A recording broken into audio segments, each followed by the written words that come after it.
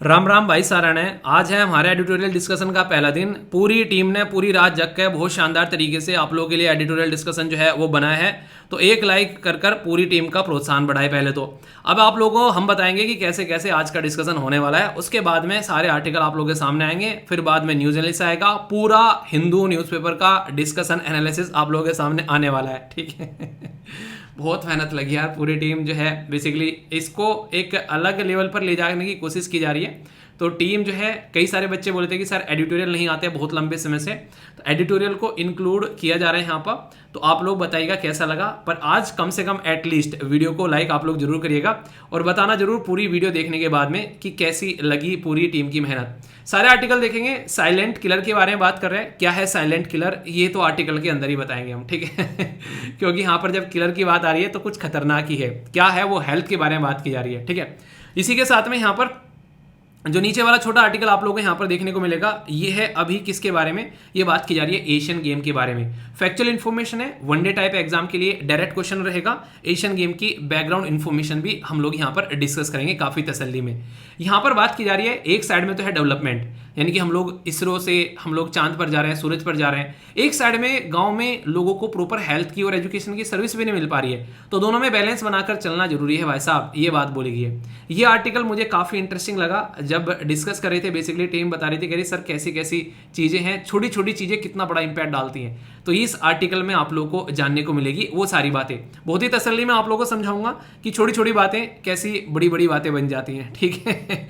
तो काफी interesting article ये आप लोगों को देखने को मिलने वाला है। एक ये वाला आर्टिकल इंडिया और कनाडा के रिलेशन के बारे में तो है, पर लेकिन एक डिफरेंट एंगल और बैकग्राउंड इन्फॉर्मेशन के साथ में कुछ नया आप लोगों को जानने को मिलेगा इस पर्टिकुलर आर्टिकल के अंदर में। तो वो भी हम लोग यहाँ पर समझेंगे, ठीक है। तो ये आर्टिकल भी काफी इंटरेस्टिंग है, तो इसके बारे में हम लोग यहाँ पर जानेंगे। बाकी ये जो आर्टिकल है यहाँ पर ये बात की जा रही है अपोजिशन को लेकर और मीडिया को लेकर, कैसे कैसे बेसिकली बाइकआउट किया जाता है मीडिया का। तो इस आर्टिकल को आप लोग इग्नोर कर सकते हैं। इसी के साथ में सारी महिलाओं को क्या सबको बधाई हो। बेसिकली राज्यसभा के द्वारा भी वुमेन रिजर्वेशन बिल जो है वो सारे मेंबर ने सपोर्ट कर पास करा दिया है। तो याद रखना 128वां ये अमेंडमेंट बिल था हमारे देश का, जिसका नाम रखा गया नारी शक्ति वंदना, ये एक तरीके से अधिनियम, ठीक है। तो 128वां बिल था। अभी एक्ट बनेगा तो कौन से नंबर का बनेगा ये आप लोगों को बताना है। हमारे देश के अंदर में सबसे ज्यादा रिप्रेजेंटेशन कौन से राज्य में आप लोगों को देखने को मिलती है, और सबसे कम रिप्रेजेंटेशन महिला की कौन से राज्य में है, और पार्लियामेंट में कितनी है, वो है 15%। तो एक छोटा सा क्वेश्चन है जिसका आंसर आप लोगों को देना है। और बाकी खतरनाक लेवल की रस्साकसी इंडिया और कनाडा के बीच में आप लोगों को देखने को मिल रही है। इसके ऊपर एडिटोरियल भी डिस्कस करेंगे और न्यूज एनालिसिस के अंदर भी आप लोगों से इसके बारे में मैं तसल्ली में बातें करने वाला हूं। तो इसके लिए आप लोग पेशेंस यानी कि धैर्य बनाए रखना, ठीक है। ये बात दिल के अंदर तक जाने देना, अगर इस बात का पॉजिटिव इंपैक्ट आप लोग अपनी जिंदगी में चाहते हैं। बोला गया कि कटी हुई टहनियां कहां छांव देती हैं, हद से ज्यादा उम्मीदें हमेशा घाव देती हैं। जिंदगी में अगर आप लोग खुश रहना चाहते हैं ना, ये एक खुश रहने का बहुत ही शानदार तरीका है कि जिंदगी में किसी भी इंसान से आप लोग जो है उम्मीदें लगाना बंद कर दो। किसी भी इंसान से, चाहे आप लोग का भाई हो, चाहे बहन हो, चाहे मम्मी हो, चाहे पापा हो, चाहे हस्बैंड हो, चाहे वाइफ हो, चाहे गर्लफ्रेंड हो, चाहे बॉयफ्रेंड हो। और फिर देखना अगर वो जरा सा भी आप लोगों के लिए कुछ अच्छा करेंगे ना, आप लोगों की जिंदगी में जो खुशी होगी उसको आप लोग किसी चीज के साथ में कंपेयर नहीं कर पाओगे। इतना अच्छा आप लोगों को फील होगा। पर लेकिन जब आप लोग एक्सपेक्टेशन लगाए बैठते हैं कि हाँ सब काम जो है आप लोगों के लिए मम्मी पापा ही कर दें, कईयों को तो लगता है मम्मी पापा ही पेपर दिए हैं जाकर हमारे लिए, ये कंडीशन आप लोगों को देखने को मिलेगी। मतलब सारी जिंदगी में जो उनको अय्यासी चाहिए, आराम चाहिए जिंदगी में, वो सारे मम्मी पापा ला कर दे दें। एक बात हमेशा ध्यान रखना, ये बात गांठ बांध लेना कि माँ बाप के पैसों से आप लोग अपनी आवश्यकताएं पूरी कर सकते हो। अगर इंजॉयमेंट करना है लाइफ में तो वो अपने आप से ही अपने अपने पैसों से करना पड़ेगा, ठीक है। कई सारे लोग कहते हैं ना कि मजे तो बस माँ बाप के पैसों पर ले जाता है। वो घटिया कोटेशन किसी ऐसे इंसान ने चला दी जिसने जिंदगी में कुछ करके नहीं खाया, ठीक है। तो ऐसी चीजें मत सोचा करो। ये सोचो कि आपके पैसों पर माँ बाप मजे लेंगे तो कैसा लगेगा। तो इसको उल्टा करके देखो ना, मजा आएगा, थोड़ा सा अंदर से फील आएगी कि हाँ यार जिन इंसानों ने पैदा करके इस दुनिया में लाए और पढ़ा लिखा कर इतना बड़ा कर दिया, उनको हम लोग जिंदगी के मजे दिलाए तो मजा है यार जिंदगी जीने में, ना कि हम लोग उनके पैसों पर मजा ले रहे हैं। ये तो एक तरीके से घटिया सोच हो गई। बिल्कुल वो इंसान जो कि नकारा है, कुछ करने के मूड में नहीं है, वो ऐसे डायलॉग मारेगा कि मुझे तो बस माँ बाप के पैसों पर लिए जाते हैं। तो हमेशा इस तरीके के इंसानों से डिस्टेंस बना के रखो और एक्सपेक्टेशन दुनिया से बिल्कुल कम रखो। और फिर देखो अपने आप पर फोकस कैसे आप लोगों का जाता है, क्योंकि जहां पर एक्सपेक्टेशन होती है वहां पर आप लोगों का फोकस टूटता है, आप लोगों का दूसरों के ऊपर फोकस जाता है। और फिर इंसान जब दूसरों के ऊपर फोकस करता है तो उस टाइम पर फिर अपनी एनर्जी को इफिशिएंटली वो इस्तेमाल नहीं कर पाता है। तो सबसे आसान और सबसे तरीका यही है जिंदगी को जीने का, कि अपने मस्त मौला अपनी लाइफ जीने हैं और अपने ऊपर फोकस देना है और सही तरीके से अपने टाइम को यूटिलाइज करना है अपनी हेल्थ का ध्यान रखते हुए। तो फिर देखो जिंदगी जीने में कितना मजा आएगा। मतलब एक तरीके से उन्हें कहते हैं कि शानदार जिंदगी जिएगी, शानदार जबरदस्त और जिंदाबाद वाली बात होगी, है कि नहीं दोस्तों। ये एक ऐसा इंसान है जिसका चेहरा देख लो और कुछ दिनों बाद ये इंसान जो है आप लोगों को रोता हुआ नजर आएगा पब्लिक में ठीक है, माफिया मांगता हुआ नजर आएगा ये इंसान। बताइए इस इंसान का नाम क्या है? इसलिए दिखा रहा हूं कि आप लोग इसको पहचान के बोलो कि हाँ क्वेश्चन आने वाला है, इसलिए बता रहा हूं कि आप लोग याद रखना, जो बोल रहा हूं उसके बारे में याद रखना। ये इंसान माफी मांगता हुआ आप लोगों को दिखेगा मार्केट के अंदर में, जैसी हरकतें आज के डेट में करा ना आउट ऑफ द बॉक्स जाके, आप लोग देखना इसकी हरकतें कैसी होंगी। मतलब जो दोस्त साथ दिया करते थे वो सारे दोस्त जो हैं वो छोड़कर जा चुके हैं आज के डेट में इसकी हरकतों की वजह से। बताइए कौन है, नाम बताइए जरा। आगरे का ताजमहल भी देखने गया था ये इंसान, लग रहा है ताजमहल को भी पवित्र करना पड़ेगा गंगा जल से धुल के हद हो गई यार। कोई लीडर इस लेवल पर बैठकर कितना गिर सकता है यहां से देखने को मिलता है। ये है आर्टिकल नंबर 1। बात करेंगे साइलेंट किलर के बारे में। अब आप लोग के अंदर जो क्यूरियोसिटी थी ये साइलेंट किलर आखिर कौन है उसको लेकर अभी ये क्यूरियोसिटी खत्म होने वाली है इस पर्टिकुलर आर्टिकल के अंदर। और हाँ, आज के डिस्कशन की अब जर्नी शानदार तरीके से हमारी स्टार्ट होने वाली है, तो वीडियो को लाइक का बटन जरूर दबाना और कल का दिन कैसा रहा, आज के दिन को कैसे यूटिलाइज करने वाले हो ये जरूर बताना, ठीक है। आज जो है आप लोगों को हर एक पर्सन को वीडियो को जो है वो लाइक करना है और ये पूरी वीडियो देखने के बाद में बताना कि वीडियो का फॉर्मेट कैसा लगा। कुछ और चेंजेस जो आप लोग चाहते हैं पूरी वीडियो के देखने के बाद में सजेशन देकर आप लोग जरूर जाना। कुछ चीजें ऐसी हैं इसके अंदर और अपडेट की जाएंगी आने वाले टाइम में। यहाँ पर एडिटोरियल जो था वो काफी लंबे समय से मिस चल रहे थे, कई सारे बच्चे बोल रहे थे कि सर उसके अंदर में एक अच्छा खासा व्यू आता था, तो वो सारी बातें डिस्कस करेंगे और इंप्रूव करेंगे। पर लेकिन यही बात है कि आप लोगों का जैसा फीडबैक रहेगा उसके हिसाब से आप लोगों को चेंज नजर आएगा। इंजॉय करना वीडियो को, ठीक है दोस्तों। मार्केट में एक नया गाना है, ध्यान से सुनना। जिंदगी बर्बाद हो गया, मैं टाइम से सोता ही नहीं हूँ, मैं टाइम से उठता ही नहीं हूँ, मेरी हेल्थ मुझसे प्यार नहीं करती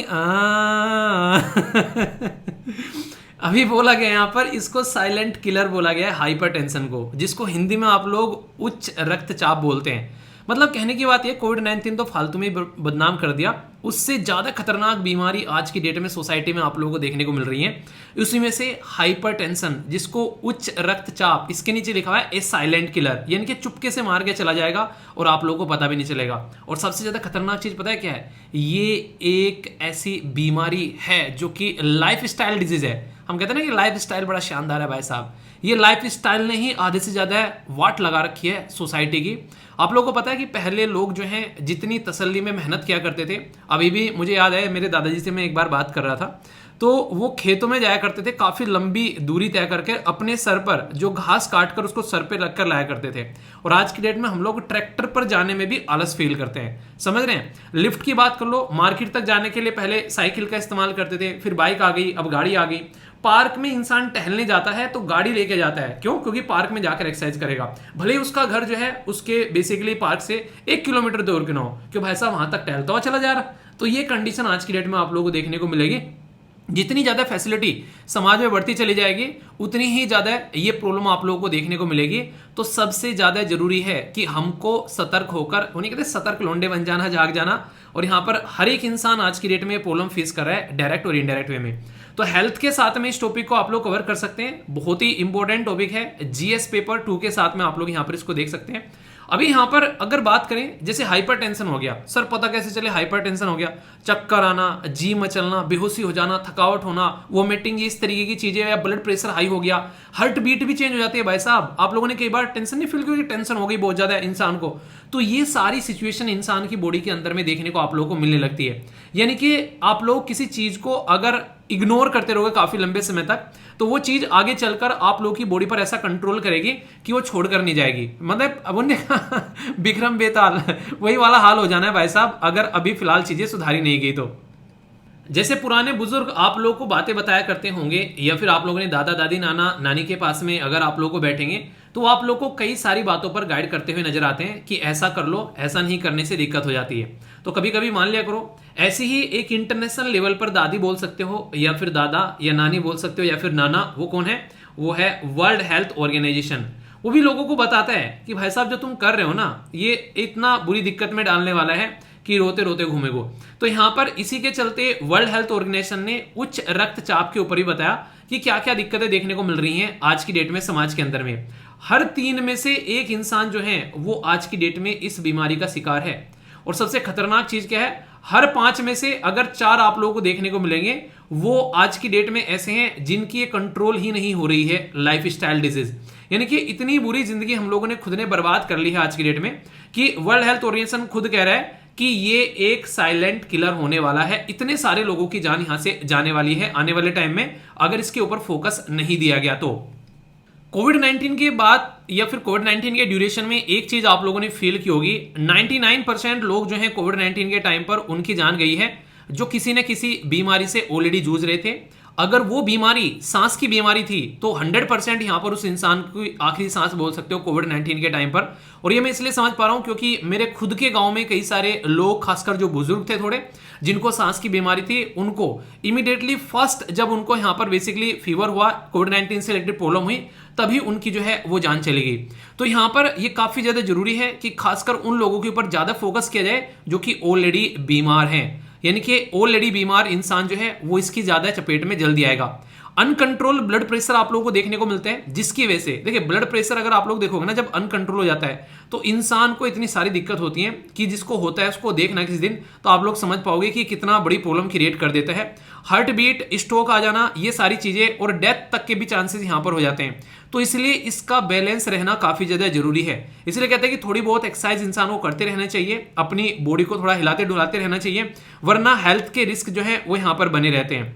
डायबिटीज होना, ओबेसिटी का शिकार होना, अल्कोहल या सिर्फ तंबाकू का कंजप्शन करना, मतलब आप लोग समझ रहे हैं। ये सबसे इंटरेस्टिंग चीज मुझे लगती है, हर एक तंबाकू के पैकेट पर लिखा होता है कि भाई साहब ये इंजूरियस है हेल्थ के लिए, बड़े बड़े शब्दों में। सरकार को पहले पसंद नहीं आया, 40% भाग पे लिखा था, फिर 60 पे कर दिया, बढ़ा के उसको 80% पे ले गए कि देख लो बड़ा बड़ा लिखा। वो खुद कह रहा है कि मुझे मत खाओ, वो कहता है मुझे कहता है कि डोंट टच मी।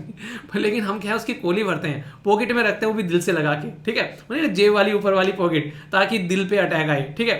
ये वाली चीजें आज की डेट में, यानी कि सारी चीजें यार आज की डेट में हमारे सामने हैं कि किस तरीके से प्रॉब्लम हम लोग फेस कर रहे हैं। और फिर भी हम लोग इन चीजों के ऊपर जो है बिल्कुल ऐसा है कि किसी का इंसान को मिले ना तो बेचैनी हो रही है। तो इसी के साथ में स्ट्रोक आना, विजन लॉस होना, हार्ट फेलियर होना और हार्ट अटैक आना, ये बड़ी ही कॉमन बीमारी हो जाती है जब इस तरह की सिचुएशन आप लोगों को देखने को मिलती है। एक दोस्त कह रहा है कहीं पर मार्केट में बैठा हुआ किसी और से बातें करते हुए, मैं इसलिए बर्बाद नहीं हूं क्योंकि मैं पढ़ नहीं रहा हूं, मैं इसलिए बर्बाद हूं क्योंकि मेरा रूममेट मुझे पढ़ने नहीं दे रहा है। ठीक है, ये क्या हो गया? ये हो गया चीजों को लेके एक्सक्यूज बनाना। आज की डेट में अभी आप लोगों ने जवान मूवी देखी, जवान मूवी में सबसे बड़ा एक्सक्यूज क्या है कि हमारे देश के अंदर में हेल्थ सर्विस जो है वो ढंग की नहीं है। क्यों? क्योंकि हमारे पास में पैसा नहीं है, रुपया नहीं है। और वही पैसा आप लोगों को देखने को मिलेगा इलेक्शन के टाइम पर, भाई साहब भर भर के पैसा आता है हमारे पास में। ऐसा लगता है कि देश क्या, आप लोग दुनिया की सबसे अमीर कंट्री आज की डेट में इंडिया है इलेक्शन के टाइम पर।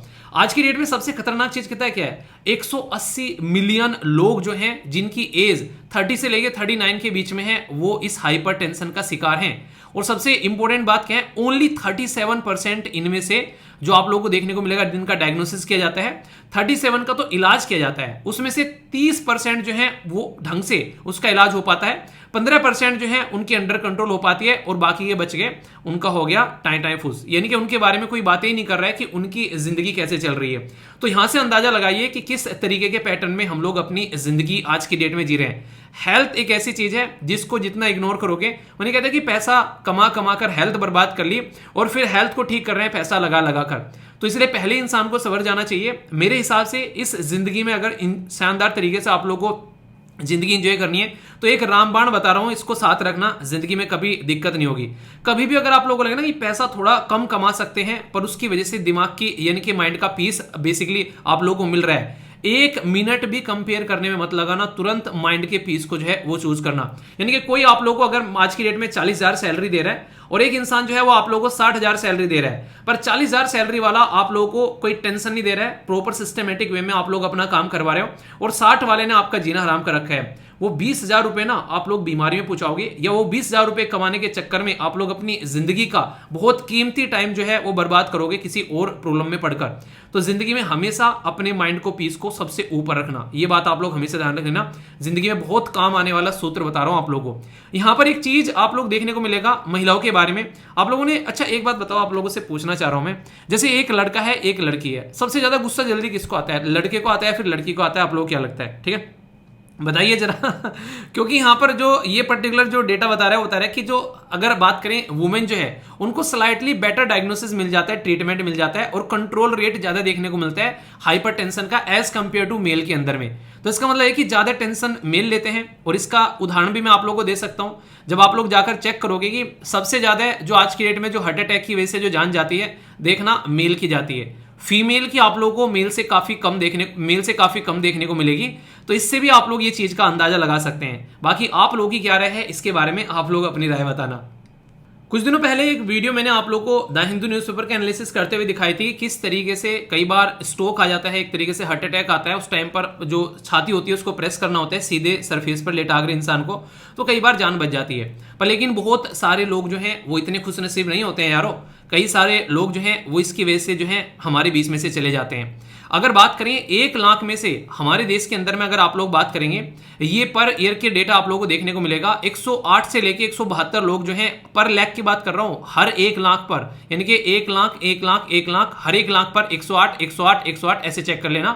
तो ये इंसिडेंट जो है हर 1 लाख लोगों में से 108 से लेके 172, चलो बीच का ले लेते हैं 150, 1 लाख में से 150 लोग जो हैं वो पर ईयर अगर आप लोगों को देखने को मिलेगा उनकी जान जाती है। और विद इन ए मंथ जो है वो केस ऑफ फर्टिलिटी जो है वो 18 से लेके 42% तक आप लोगों को देखने को मिलेंगे जिनकी जान आप लोगों को जाती हुई नजर आती है। और 2019 का डेटा माने तो यहां पर लीडिंग कोज जो है यहां पर वो आप लोगों को देखने को मिलेगा बेसिकली डेथ का और डिसेबिलिटी का। यानी किसी को हार्ट अटैक आ गया, अगर आप लोग खुद देखो कई बार तो उसकी बॉडी जो है वो पैरालाइज हो जाती है। ये सिचुएशन आप लोगों को देखने को मिलती है। तो देश के अंदर में ये ऐसी एक तरीके से दिक्कत बनी बैठी है जिसका इलाज करना जरूरी है। और इलाज भी कोई ज्यादा ऐसा नहीं कि टफ है, आप लोग खुद देख लो। ये बड़ी इंटरेस्टिंग चीज बोली गई है, स्टार लगा लेना इसके ऊपर। एवरी ईयर इंडिया के अंदर में 1.8 मिलियन यानी कि 180 अगर बात करें यहां पर बेसिकली यहां पर देखो बेसिकली किस तरीके से आप लोग यहां पर देखा चलना है एक तरीके से डेटा को, जैसे आप लोग मिलियंस में नहीं समझ पाते हैं। ठीक है, तो 1.8 मिलियन क्या हो गया यहां पर 18 लाख हो गया बेसिकली। ठीक है, तो 1.8 मिलियन, ठीक है, तो 18 लाख मतलब एक तरीके से एक पर्टिकुलर अगर आप लोग गांव की बात करें या सिटी की बात करें ठीक से, तो उसकी पॉपुलेशन के बारे में बात कर सकते हैं। तो यहां पर उनकी जो है बेसिकली अगर आप लोग आज की डेट में उनको अच्छा हेल्दी लाइफ स्टाइल देते हो तो यहां पर उनकी जान बचाई जा सकती है। तो every year in India 1.8 million people suffer from the stroke and a healthy dietary habit and life style change can reduce the risk of stroke by 60%। ठीक है, तो ये देखो कितनी बड़ी बात है। इसको सीधे शब्दों में समझो आप लोग, 100 लोग हैं आज की डेट में हमारे पास में, और उन 100 लोगों में अगर 100 लोगों को स्ट्रोक आता है तो ये समझो अगर हेल्दी लाइफ स्टाइल हम लोग अपना ले, टाइम पे सोना, टाइम पे उठना, टाइम पे खाना, एक्सरसाइज करना, सही तरीके से अपनी चीजों को एंजॉय करना, तो 100 में से 60 लोगों को हम लोग बचा लेंगे भाई साहब। ओनली 40 लोग ऐसे होंगे जो कि यहां पर प्रॉब्लम में पड़ेंगे, और ये लाइफ स्टाइल की वजह से यहां पर इतना सारा हम लोग सेव कर पाते हैं। तो ये बहुत इंपॉर्टेंट है कि कहीं ना कहीं इस चीज को सिस्टमेटिक वे में लेकर चला जाए और इस चीज का इलाज किया जाए। कई सारे लोग जो हैं जब खाना खाते हैं तो उनको कहता है कि यार खाने में ना नमक कम है। ठीक है, तो नमक एक इतना खतरनाक चीज है यहाँ पर, जितना आप लोगों को नमकीन चीज पसंद है ना, उसमें कुछ लोग तो नमक के ऊपर भी नमक डाल के खाते हैं। ठीक है, यानी सॉस के ऊपर भी नमक डाल के खाते हैं मेरा दोस्त सुन रहा होगा तो मुझे सुबह फोन करेगा, कहेगा अच्छा क्या है ये, मतलब वो बंदा ऐसा था जैसे नहीं कहीं बैठे हैं तो वो सॉस खा रहा है। ठीक है, तो सॉस के ऊपर भी नमक डाल रहे हो मैंने कहा था तुम मार नहीं खाने के। तो एक्सेसिव सोल्ट जो है यानी कि जो ये नमक जो है ये भी काफी लार्ज स्केल पर नॉर्मली अगर देखा जाए जिस तरीके से हमारा पैटर्न होना चाहिए, तो यहाँ पर 5 ग्राम पर डे के हिसाब से आप लोग इसको ले सकते हैं। उसके नीचे इसके ऊपर अगर जा रहा है तो ये काफी दिक्कत करेगा। तो अगर बात करें कंट्रीब्यूट करता है 17 से 30% हाइपरटेंशन, यानी कि नमक बेसिकली त्याग देना चाहिए, ऐसा आप लोग बोल सकते हैं। और आज की डेट में नमकीन खाना लोगों का शौक है। इंडिया की जो आज की डेट में नीड माने अगर WHO के हिसाब से, तो रिड्यूस कर देना चाहिए हम लोग को सोल्ट का इंटेक। और खासकर ये कहीं ना कहीं आप लोग बोल सकते हैं कि जैसे कि कोई आप लोग प्रोडक्ट खरीद रहे हैं तो उस पर लिखा होना चाहिए कि इसके अंदर में सोल्ट कितना है, ताकि उसको कंट्रोल किया जा सके। और वरना इसकी वजह से बहुत सारे लोग जो है वो दिक्कत में आते हैं। हमारे देश में सबसे बड़ी प्रॉब्लम तो ये, जैसे कोई पैकेज फूड खाता है इंसान, ठीक है, तो यहाँ पर उस पर कई बार कई सारी चीजें नहीं लिखी रहती है। ये मैंडेटरी अगर सिस्टमेटिक वे में किया जाए, अगर इस तरीके की कोई हरकतें कर रहा है उसको उठाकर सलाखों के पीछे डाला जाए तो कहीं ना कहीं सोल्यूशन निकल सकता है। तो नमक खाने से आप लोग भी थोड़ा सा फ्रेज रखिए, जितना जरूरी है उतना ही खाइए, एक्स्ट्रा नमक मत खाइए वरना दिक्कत क्रिएट करेगा। पर लेकिन ऐसा भी नहीं बोल सकते कि हमारे देश के अंदर में इसके ऊपर काम नहीं किया गया है। अगर ध्यान से आप लोग देखोगे तो हमारे देश के अंदर में हमारे देश के अंदर में India hypertension control initiative start किया गया था 2018 में। ठीक है, 2018 में जब ये स्टार्ट किया गया तो लगभग 27 स्टेट जो थे उनके अंदर में 5.8 मिलियन के करीब जो लोग थे उनको यहाँ पर इसका इलाज कराया गया, और 48 के करीब जो है वो कहीं ना कहीं चीजों को कंट्रोल कर पाए, और 55 के करीब जो है वो हेल्थ को अपना इंप्रूव कर पाए। ये बात बता रहा हूं अभी रिसेंट की अगर बात करें हम लोग यहाँ पर 2021 मार्च तक का। तो अगर हम लोगों को बचना है हाइपरटेंशन से, सबसे ज्यादा जरूरी जो है वो ब्लड प्रेशर को कंट्रोल करना पड़ेगा। और इसका सबसे आसान तरीका क्या है कि अपना लाइफ स्टाइल जो है उसको सुधारना स्टार्ट कर दो, आप लोग ऐसा बोल सकते हैं। ये सारी कहानी जो आप लोगों को सुनाई है, उन्हें कहते हैं कि एक कहानी है जो सबने सुनानी है। तो किसने सुनाई है? ये सुनाई है वर्ल्ड हेल्थ ऑर्गेनाइजेशन ने। तो इसके साथ में एक पर्टिकुलर जो आप लोग की ऑर्गेनाइजेशन है वो भी कवर हो जाएगी, ये भी आप लोग याद रख सकते हैं, क्योंकि ऑर्गेनाइजेशन से काफी सारे क्वेश्चन एग्जाम में आप लोगों के डायरेक्टली पूछे गए, खासकर इसकी रिपोर्ट से, जैसे world health report, global nutrition report, world vision report, ambient air pollution report and world report on hearing. तो कौन प्रस्तुत करता है ये सारी रिपोर्ट? तो यह है आप लोग की चहीती वर्ल्ड हेल्थ ऑर्गेनाइजेशन। ये अच्छी मुझे इसलिए भी लगती है ऑर्गेनाइजेशन क्योंकि इसका हेडक्वार्टर एक छोटा सा जो कि इसका हेडक्वार्टर रीजन वाइज वो हमारे देश के अंदर भी आप लोगों को देखने को मिलेगा, न्यू दिल्ली में। और बाकी को तो इंटरनेशनल लेवल पर जब आप लोग जाओगे जनेवा में इसका हेडक्वार्टर है जो कि मेन, बाकी रीजनल लेवल पर जाओगे तो कोंगो, डेनमार्क, इजिप्ट, फिलीपीन और यूनाइटेड स्टेट ऑफ अमेरिका में इसके हेडक्वार्टर है। 7 अप्रैल को बनाई गई, तो इसलिए 7 अप्रैल जो है वर्ल्ड हेल्थ डे के रूप में हम लोग सेलिब्रेट करते हैं। और यूएन जो है वो आप लोग बोल सकते हैं यूएन डेवलपमेंट जो यहाँ पर ग्रुप है उसका ये पार्ट है। तो ये कुछ बेसिक चीजें हैं, दुनिया भर में हेल्थ को कैसे लेकर चलना है उसके बारे में यही आप लोगों को जागरूक करती है। इसी ने कोविड-19 के चलते आप लोगों को सबको पहले से ही जागरूक किया था कि भाई साहब इस तरीके की चीजों को कंट्रोल कर लेना, पर चाइना ने बदतमीजी काटी जिसकी वजह से चीजें नहीं हो पाई। ठीक है, तो बेसिक है, इंपॉर्टेंट है, याद रखिएगा, डायरेक्ट क्वेश्चन बन सकते हैं। तो आज से नमक कम, एक्सरसाइज ज्यादा है कि नहीं? ओके, बताइए कितना कुछ नया सीखा कुछ, या फिर अच्छा जो बातें बताइए उसमें से कितनी ऐसी चीजें जो आज की डेट में आप लोग फॉलो कर रहे हैं, एक्सरसाइज वगैरह कर रहे हैं, टाइम पे सो रहे हैं, टाइम पे उठ रहे हैं। ये तो आप लोग का डेली का डिसिप्लिन टेस्ट भी होता है कि नहीं? तो इंपॉर्टेंट था, आर्टिकल बहुत ज्यादा है क्योंकि कई बार रिपीटेडली आ चुका है। अब चलते हैं नेक्स्ट आर्टिकल की ओर, और यहाँ पर देखेंगे हमारे देश के कौन से खिलाड़ी जो हैं वो यहाँ पर चाइना के अंदर में जाकर झंडा गाड़ने वाले हैं और हमारे देश का झंडा फहराने वाले हैं। तो इस पर्टिकुलर आर्टिकल में हम लोग जानेंगे। दोस्तों ये काफी इंपॉर्टेंट आर्टिकल है आप लोगों के लिए, यहाँ पर ये भी एडिटोरियल का पार्ट है बेसिकली, और यहाँ पर आप लोगों के लिए डायरेक्ट क्वेश्चन बन सकता है, खासकर बेसिकली वनडे टाइप एग्जाम के अंदर भी। ठीक है, बात की जा रही है किसके लिए? 19th एशियन गेम के बारे में। और कहां पर हो रहे हैं? ये हो रहे हैं हांगजाओ के अंदर में। आइए चाइना घुमा के लाता हूं पहले आप लोगों को। ये मत बोलना कि सर सुबह सुबह मूड खराब कर दे, किसी ढंग की जगह घूमने चलते हैं। ठीक है चाइना में भी घूम लो थोड़ा बहुत कम से कम, क्योंकि पड़ोसी देश कैसा है पता रहना चाहिए ना। तो ये है बेसिकली चाइना, ये वही चाइना है जो कि हमारा लंगोटिया यार है और साउथ चाइना सी में अपनी बदतमीजी की पराकाष्ठा पार करते रखता है हमेशा। अभी न्यूज में किस लिए? क्योंकि यहाँ पर एक गेम होने हैं जिनको आप लोग बोलते हैं एशियन गेम। इन गेम की सबसे अच्छी प्यारी बात पता है क्या लगती है? ये हमारे देश से स्टार्ट हुए थे, यानी कि सबसे पहला एशियन गेम जो है वो हमारे देश में हुआ था। बताइए कौन से साल में हुआ था? अभी बाकी मैं आप लोगों को इन्फॉर्मेशन आगे दूंगा। 19th एशियन गेम जो है वो हांगजाओ में देखने को मिलेंगे। तो यहाँ पर बात करें कि इंडिया किस तरीके से इन गेम को देख रहा है, यानी कि हम लोग कैसे प्रेजेंट करेंगे, प्रोस्पेक्ट क्या है हमारा इसको लेकर, तो ये आप लोगों को बताना है। अच्छा, आप लोगों को क्या लगता है कि जैसे ये गेम यहाँ पर देखने को मिलेंगे, हमारे देश का कौन सा ऐसा प्लेयर है जो कि यहाँ पर आज की डेट में, या फिर एथलीट है जो कि यहाँ पर गोल्ड मेडल जीत कर लेकर आने वाला है? बताइए जरा। और फिर मैं आप लोगों से बात करूंगा जब ये गेम कंप्लीट हो जाएंगे कि देखते हैं किस किसने सही बेसिकली गेस किया था। ठीक है ये बाद में करेंगे जिस दिन फाइनल हो जाएगा। ओके, अभी यहाँ पर 19th है ये, पहले तो ये याद रखिएगा, ये होने वाले थे 22 में, पर किसी रीजन की वजह से कोविड-19 और रीजन की वजह से ये वहां पर नहीं हो पाए, तो इसकी वजह से इनको आगे अभी पोस्टपोन कर दिया गया था।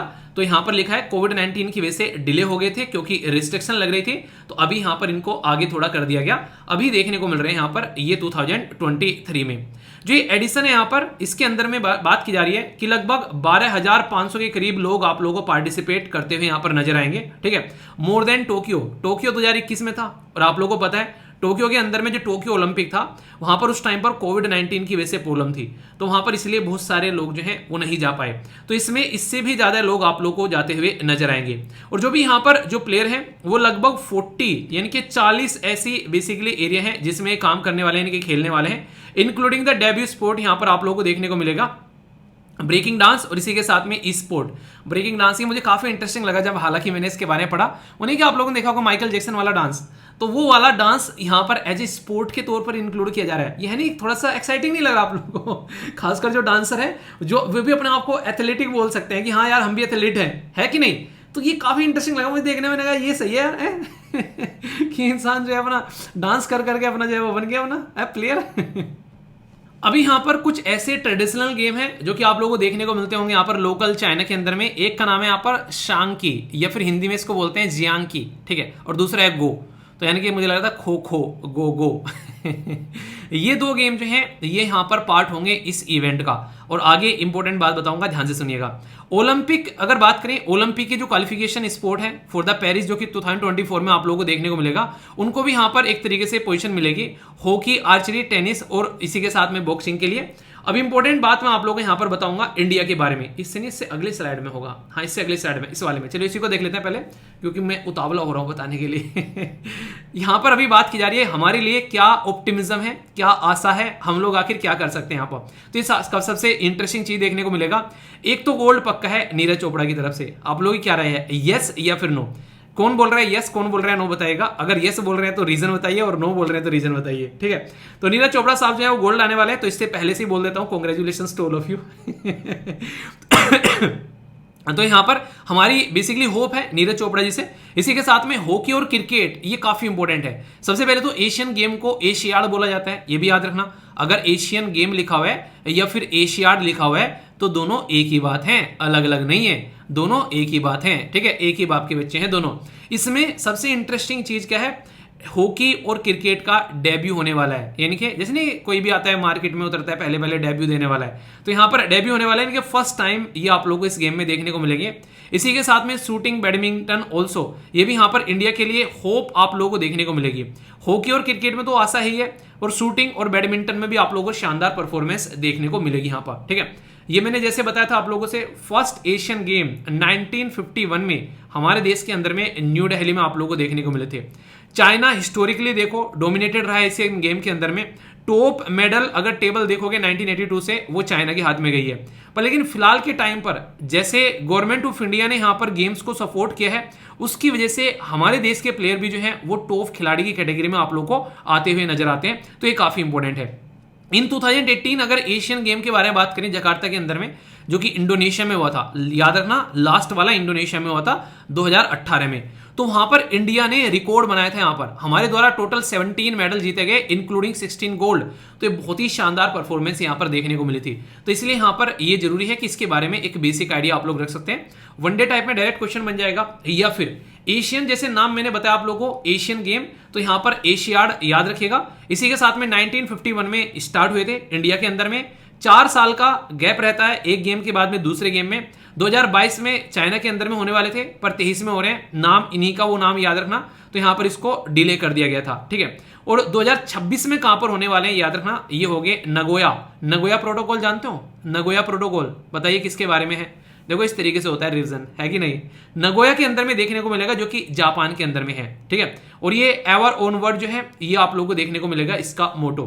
तो ये कुछ बेसिक सी इंपॉर्टेंट इंफॉर्मेशन है। ये एक आर्टिकल आया, और देखो ये सारी चीजें ऐसी हैं कि लगातार कई बार न्यूज में आती रहेंगी, तो रिवीजन भी आप लोगों का होता रहेगा, ठीक है। अभी सारी बेसिक इंफॉर्मेशन बता दी, कंफ्यूजन आना कतई नहीं है, ओके।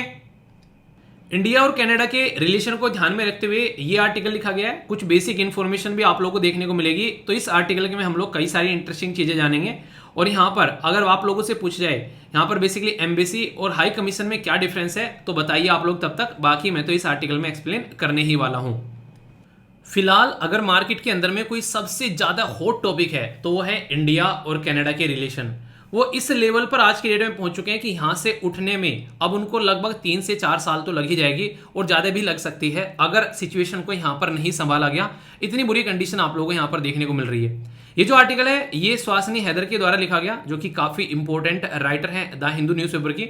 और इनके द्वारा बताया गया कि अभी किस तरीके से हम लोग चीज़ों को लेकर चल रहे हैं, और इनके साथ में इंडिया और बेसिकली कनाडा के रिलेशन के साथ में ये भी बताने की कोशिश की गई कि ये कोई फर्स्ट टाइम नहीं है, ऐसी चीज़ें यहाँ पर देखने को मिल रही है। डिप्लोमेटिक रिलेशन जो है वो इस लेवल पर यहाँ पर पहुंच गए हैं। अभी क्या हुआ यहाँ पर, एक शब्द काफ़ी ज़्यादा न्यूज़ में आप लोगों को देखने को मिला होगा, जिसको यहाँ पर बोला गया डिप्लोमेटिक डाउनसाइजिंग। डिप्लोमेटिक डाउनसाइजिंग का मतलब क्या है कि हमारे देश के अंदर में जो डिप्लोमेट हैं उनकी संख्या जो है वो कम कर दो।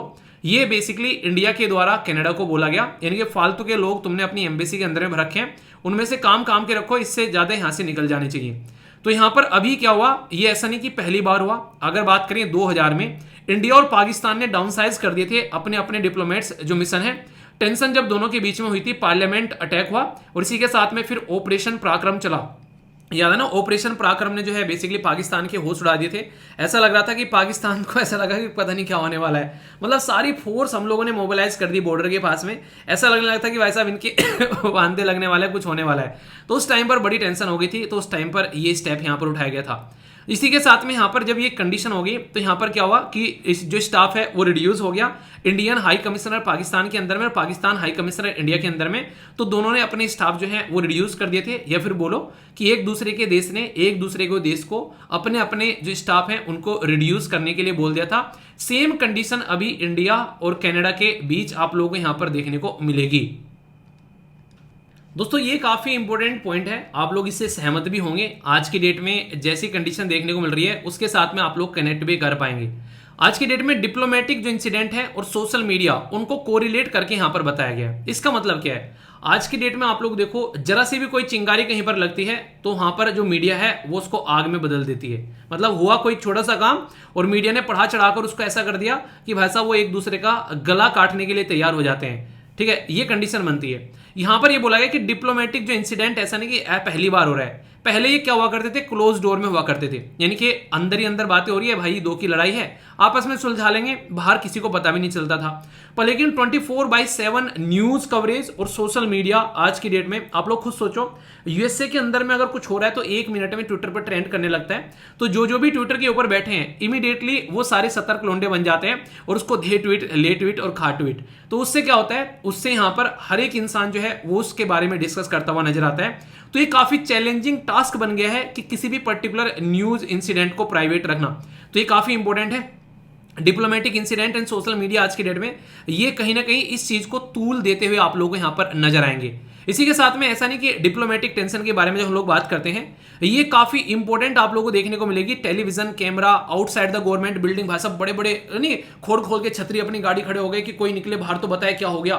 ऐसा लगता है कि बस अभी सारी न्यूज यहीं से निकाल लो और उसको फिर तड़क भड़क के साथ में मतलब उनके एंकर खड़े होंगे और फिर बताएंगे ये देखो यहाँ के हाई कमिश्नर वहां निकल के गए, इन हाई कमिश्नर ने क्या कर दिया, ये देखो कनाडा के हाई कमिश्नर कितने गुस्से में इंडियन एम्बेसी से बाहर निकलते हुए लगा है, इंडिया के हाई कमिश्नर ने उनको पीट दिया, अंदर बैठा के। मतलब चाहे वो बैठ के चाय पी गया बंदा, ठंडा पानी पी गया, तो ऐसा लगेगा कि भाई साहब इसके ऊपर तेजाब उड़ेल दिया किसी ने। ठीक है, अब सोचो जब कनाडा के लोग इसको बैठ के देखेंगे तो कैसा लगेगा।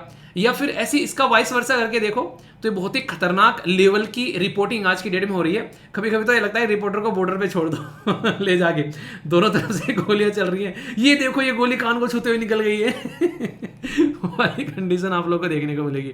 तो ये जरूरी है कि इसके बीच में सीक्रेसी बनाई जाए थोड़ा सा, क्योंकि यार लड़ाई किसकी नहीं होती है। ठीक है, सबकी लड़ाई होती है आपस में, तो उसका सॉल्यूशन निकाला जाए। इतने सारे हमारे बच्चे आज के दिन में कनाडा में देखने को मिलेंगे, इतने सारे लोग हैं कनाडा में, कनाडा को दूसरा घर मानते हैं। ठीक है, कई सारे लोग तो उस पर बेसिकली ट्विटर पर मैं ट्विटर पर देख रहा था, कई सारे लोग जो ट्विटर पे अक्षय कुमार का मजाक उड़ा रहे हैं। कह रहे अक्षय कुमार ये कह रहा है कि भाई साहब मैं तो कनाडा में ही हूँ, चलो कनाडा वालों को इंडिया में आने से रोक दे तो मेरा कुछ नहीं बिगड़ेगा। ठीक है, तो मतलब बहुत सारे ऐसे इंसिडेंट होने लगते हैं। तो यहाँ पर अभी बोला गया कि जैसे 2013 में अरेस्ट किया गया था इंडियन डिप्लोमेट्स को न्यूयॉर्क के अंदर में, तो यहां पर इसके चलते इंडिया ने क्या किया, तुरंत रिमूव कर दिया था सिक्योरिटी बैरिकेड जो कि आउटसाइड द यूएस एम्बेसी।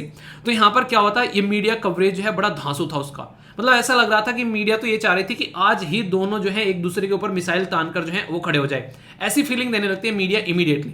तो मीडिया को प्रोग्रेसिव रोल प्ले करना चाहिए। देखो मीडिया का टाइम पुराने टाइम में ना ऐसा हुआ करता था कि लोगों को न्यूज पहुंचाना, आज के डेट में न्यूज नहीं है, आज के डेट में इंटरटेनमेंट का मुझे लगता है ज्यादा साधन मीडिया बन गई है एज कंपेयर टू न्यूज। आप लोग ही क्या रहे इसके बारे में कि जिस तरीके से न्यूज को प्रेजेंट किया जाता है, एक बिस्तर पर पड़ा हुआ आदमी जिसको दिल की बीमारी है उसको दौरा आ सकता है। ठीक है, ऐसी बुरी कंडीशन आज के डेट में आप लोगों को देखने को मिलेगी।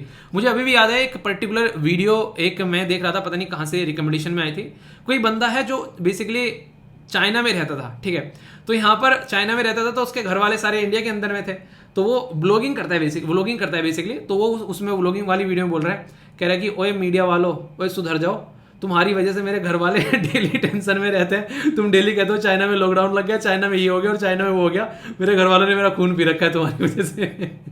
मतलब समझ रहे हो कितनी बुरी कंडीशन है। आप खुद सोचो, अभी इंडिया और कनाडा के रिलेशन जैसे हैं, उसको ध्यान में रखते हुए मीडिया जिस तरीके की चीज़ों को प्रेजेंट कर रही है, सोचो जिनके जानने वाले कनाडा में हैं या फिर जिनके एक तरीके से कनेक्शन है इंडिया और कनाडा के बीच में, उनकी सांसें रुकी हुई होंगी आज की डेट में, ठीक है। तो इससे अंदाजा लगाइए आप लोग सिचुएशन कैसी बन जाती है। तो जरूरी है यार एक बैलेंस बना के चलना। एक इंसान को हद के अपनी बाहर नहीं जाना चाहिए, कम से कम अपनी गरिमा का ध्यान रखना चाहिए।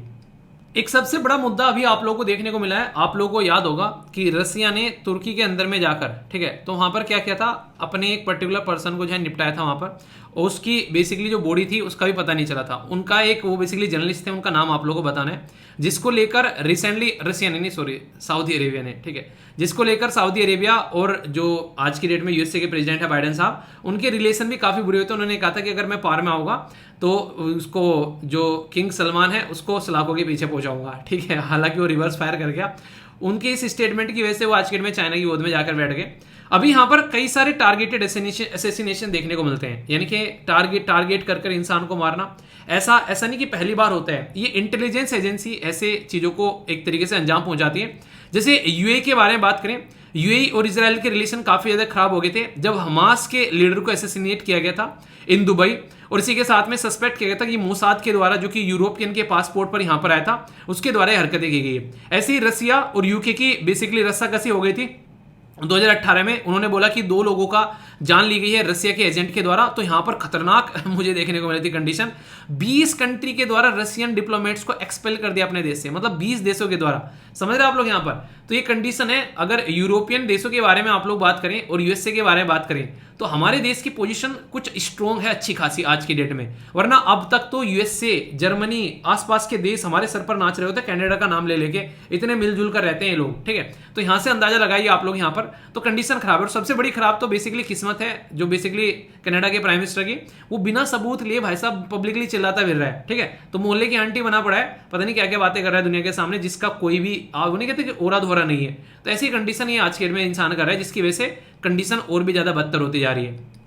तो जो पर्टिकुलर राइटर है इसी मुद्दे के बारे में यहां पर बात करिए कि अभी सेम कंडीशन अगर आप लोग देखोगे इंडिया और कनाडा के रिलेशन को, मीडिया ने इतना तूल दे दिया आज की डेट में कि जितनी बुरी कंडीशन थी नहीं, उससे ज्यादा बुरी कंडीशन तो मीडिया ने बना दी। 24 घंटे इसके ऊपर लगातार न्यूज एजेंसी ने, और वो दुनिया भर की न्यूज एजेंसी ने यहां पर ये काम किया है। तो यहां पर जैसे ही कनाडा के प्राइम मिनिस्टर ने यहां पर ये बात बोली पार्लियामेंट के अंदर जाकर, हालांकि सबसे खतरनाक बात तो ये, किसी देश के ऊपर आरोप लगा देना, वो भी अपनी पार्लियामेंट में खड़े होकर, तो ये बहुत ही एक तरीके से ना खतरनाक लेवल की पॉलिटिक्स यहां पर निकल कर आती है। आप लोग डायरेक्ट पहले बात कर सकते थे, हमारे देश के जो वहां पर एम्बेसडर हैं उनके साथ में बातें कर सकते थे, उनके थ्रू बेसिकली चीजों को कंफर्म कर सकते थे बिना किसी प्रूफ के। अब तक इनके पास में कोई प्रूफ नहीं है, और रियलिटी में बताओ इनके पास प्रूफ है भी नहीं है। अगर प्रूफ होता अब तक ये किसी न किसी तरीके से उसको मार्केट में पहुंचा देते, तो बोलते लीक हो गया, या फिर अब तक वो कब का रख देते सामने, कोई प्रूफ है ही नहीं है। और जिस तरीके से अभी इंडिया ने यहाँ पर बेसिकली यहाँ पर सस्पेंड किया वीजा, और इन्होंने भी वीजा सस्पेंड कर दिया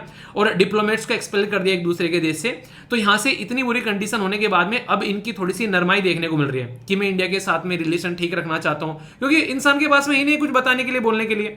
तो ये एक ऐसी हरकतें कर गया इंसान बिना सोचे समझे, जो कि बहुत बड़ा खामियाजा भुगतना पड़ेगा आने वाले टाइम में भी। तो यहाँ पर जरूरी हाई लेवल इंटरवेंशन किया जाए, यहाँ पर किस तरीके चीजों को लेकर चला जा सकता है। और इसी के साथ में बोला गया कि पब्लिक नेचर जो डिप्लोमेट्स का है, जो डिस्प्यूट का आप लोगों को जो डिप्लोमेटिक डिस्प्यूट देखने को मिलते हैं, जब मीडिया इसके अंदर में एंट्री करती है, तो मीडिया उसमें उन्हें कहते हैं कि एक तरीके से आग में घी का काम कर देती है। तो इंटरनेशनल रिलेशन में सोशल मीडिया का रोल जो है वो काफी इंपॉर्टेंट है, और डिप्लोमेटिक प्रोटोकॉल भी वो भी आज के डेट में कहीं ना कहीं एक तरीके से ना वेनिस होती हुई आ रही है, उसको भी कोई ढंग से फॉलो नहीं करता है, किसी भी हद तक जाकर कुछ भी यहाँ पर कर देता है। तो इसलिए बैलेंस बनाना बहुत ज्यादा जरूरी है बहुत सारी चीजों के बीच में, ये बोलने की कोशिश की जा रही है, ठीक है। बाकी कई सारे ऐसे बच्चे हैं जिनको कंफ्यूजन रहता है यार ये एम्बेसी और हाई कमीशन में क्या डिफरेंस है। तो याद रखिए, एक टाइम पर ये बोला करते थे ब्रिटेन को, यानी कि यूके को, कि उसके साम्राज्य का सूरज यानी कि सन कभी छुपता नहीं है। तो यानी कि कहीं ना कहीं ऐसा एरिया जरूर होता है धरती पर जहां पर सूरज निकला हुआ होगा, जहां पर यूके का राज होगा। तो यहां पर इसलिए इन देश को जिनको बाद में आजाद किया गया उनको नाम अलग से रख दिया गया यहाँ पर हाई कमीशन। यानी कि यूके से जो यहाँ पर बेसिकली वो देश जो कॉमनवेल्थ का पार्ट है वो हाई कमीशन के नाम से बेसिकली जाने जाते हैं, उनके जो मिशन होते हैं, और बाकी को आप लोग एम्बेसी बोलते हैं। ठीक है, तो ये टर्म जो है नॉर्मली यूज की जाती है, पर लेकिन ये टर्म जो है ये यूज की जाती है कॉमनवेल्थ कंट्री के लिए। ये टर्म जो है यहाँ पर ये जनरली यूज की जाती है एनी कंट्री, ये कॉमनवेल्थ के लिए यूज की जाती है। यहाँ पर जो चीफ डिप्लोमेट होते हैं या फिर जो यहाँ पर चीफ जो पर्सन होते हैं उनको एम्बेसडर बोलते हैं।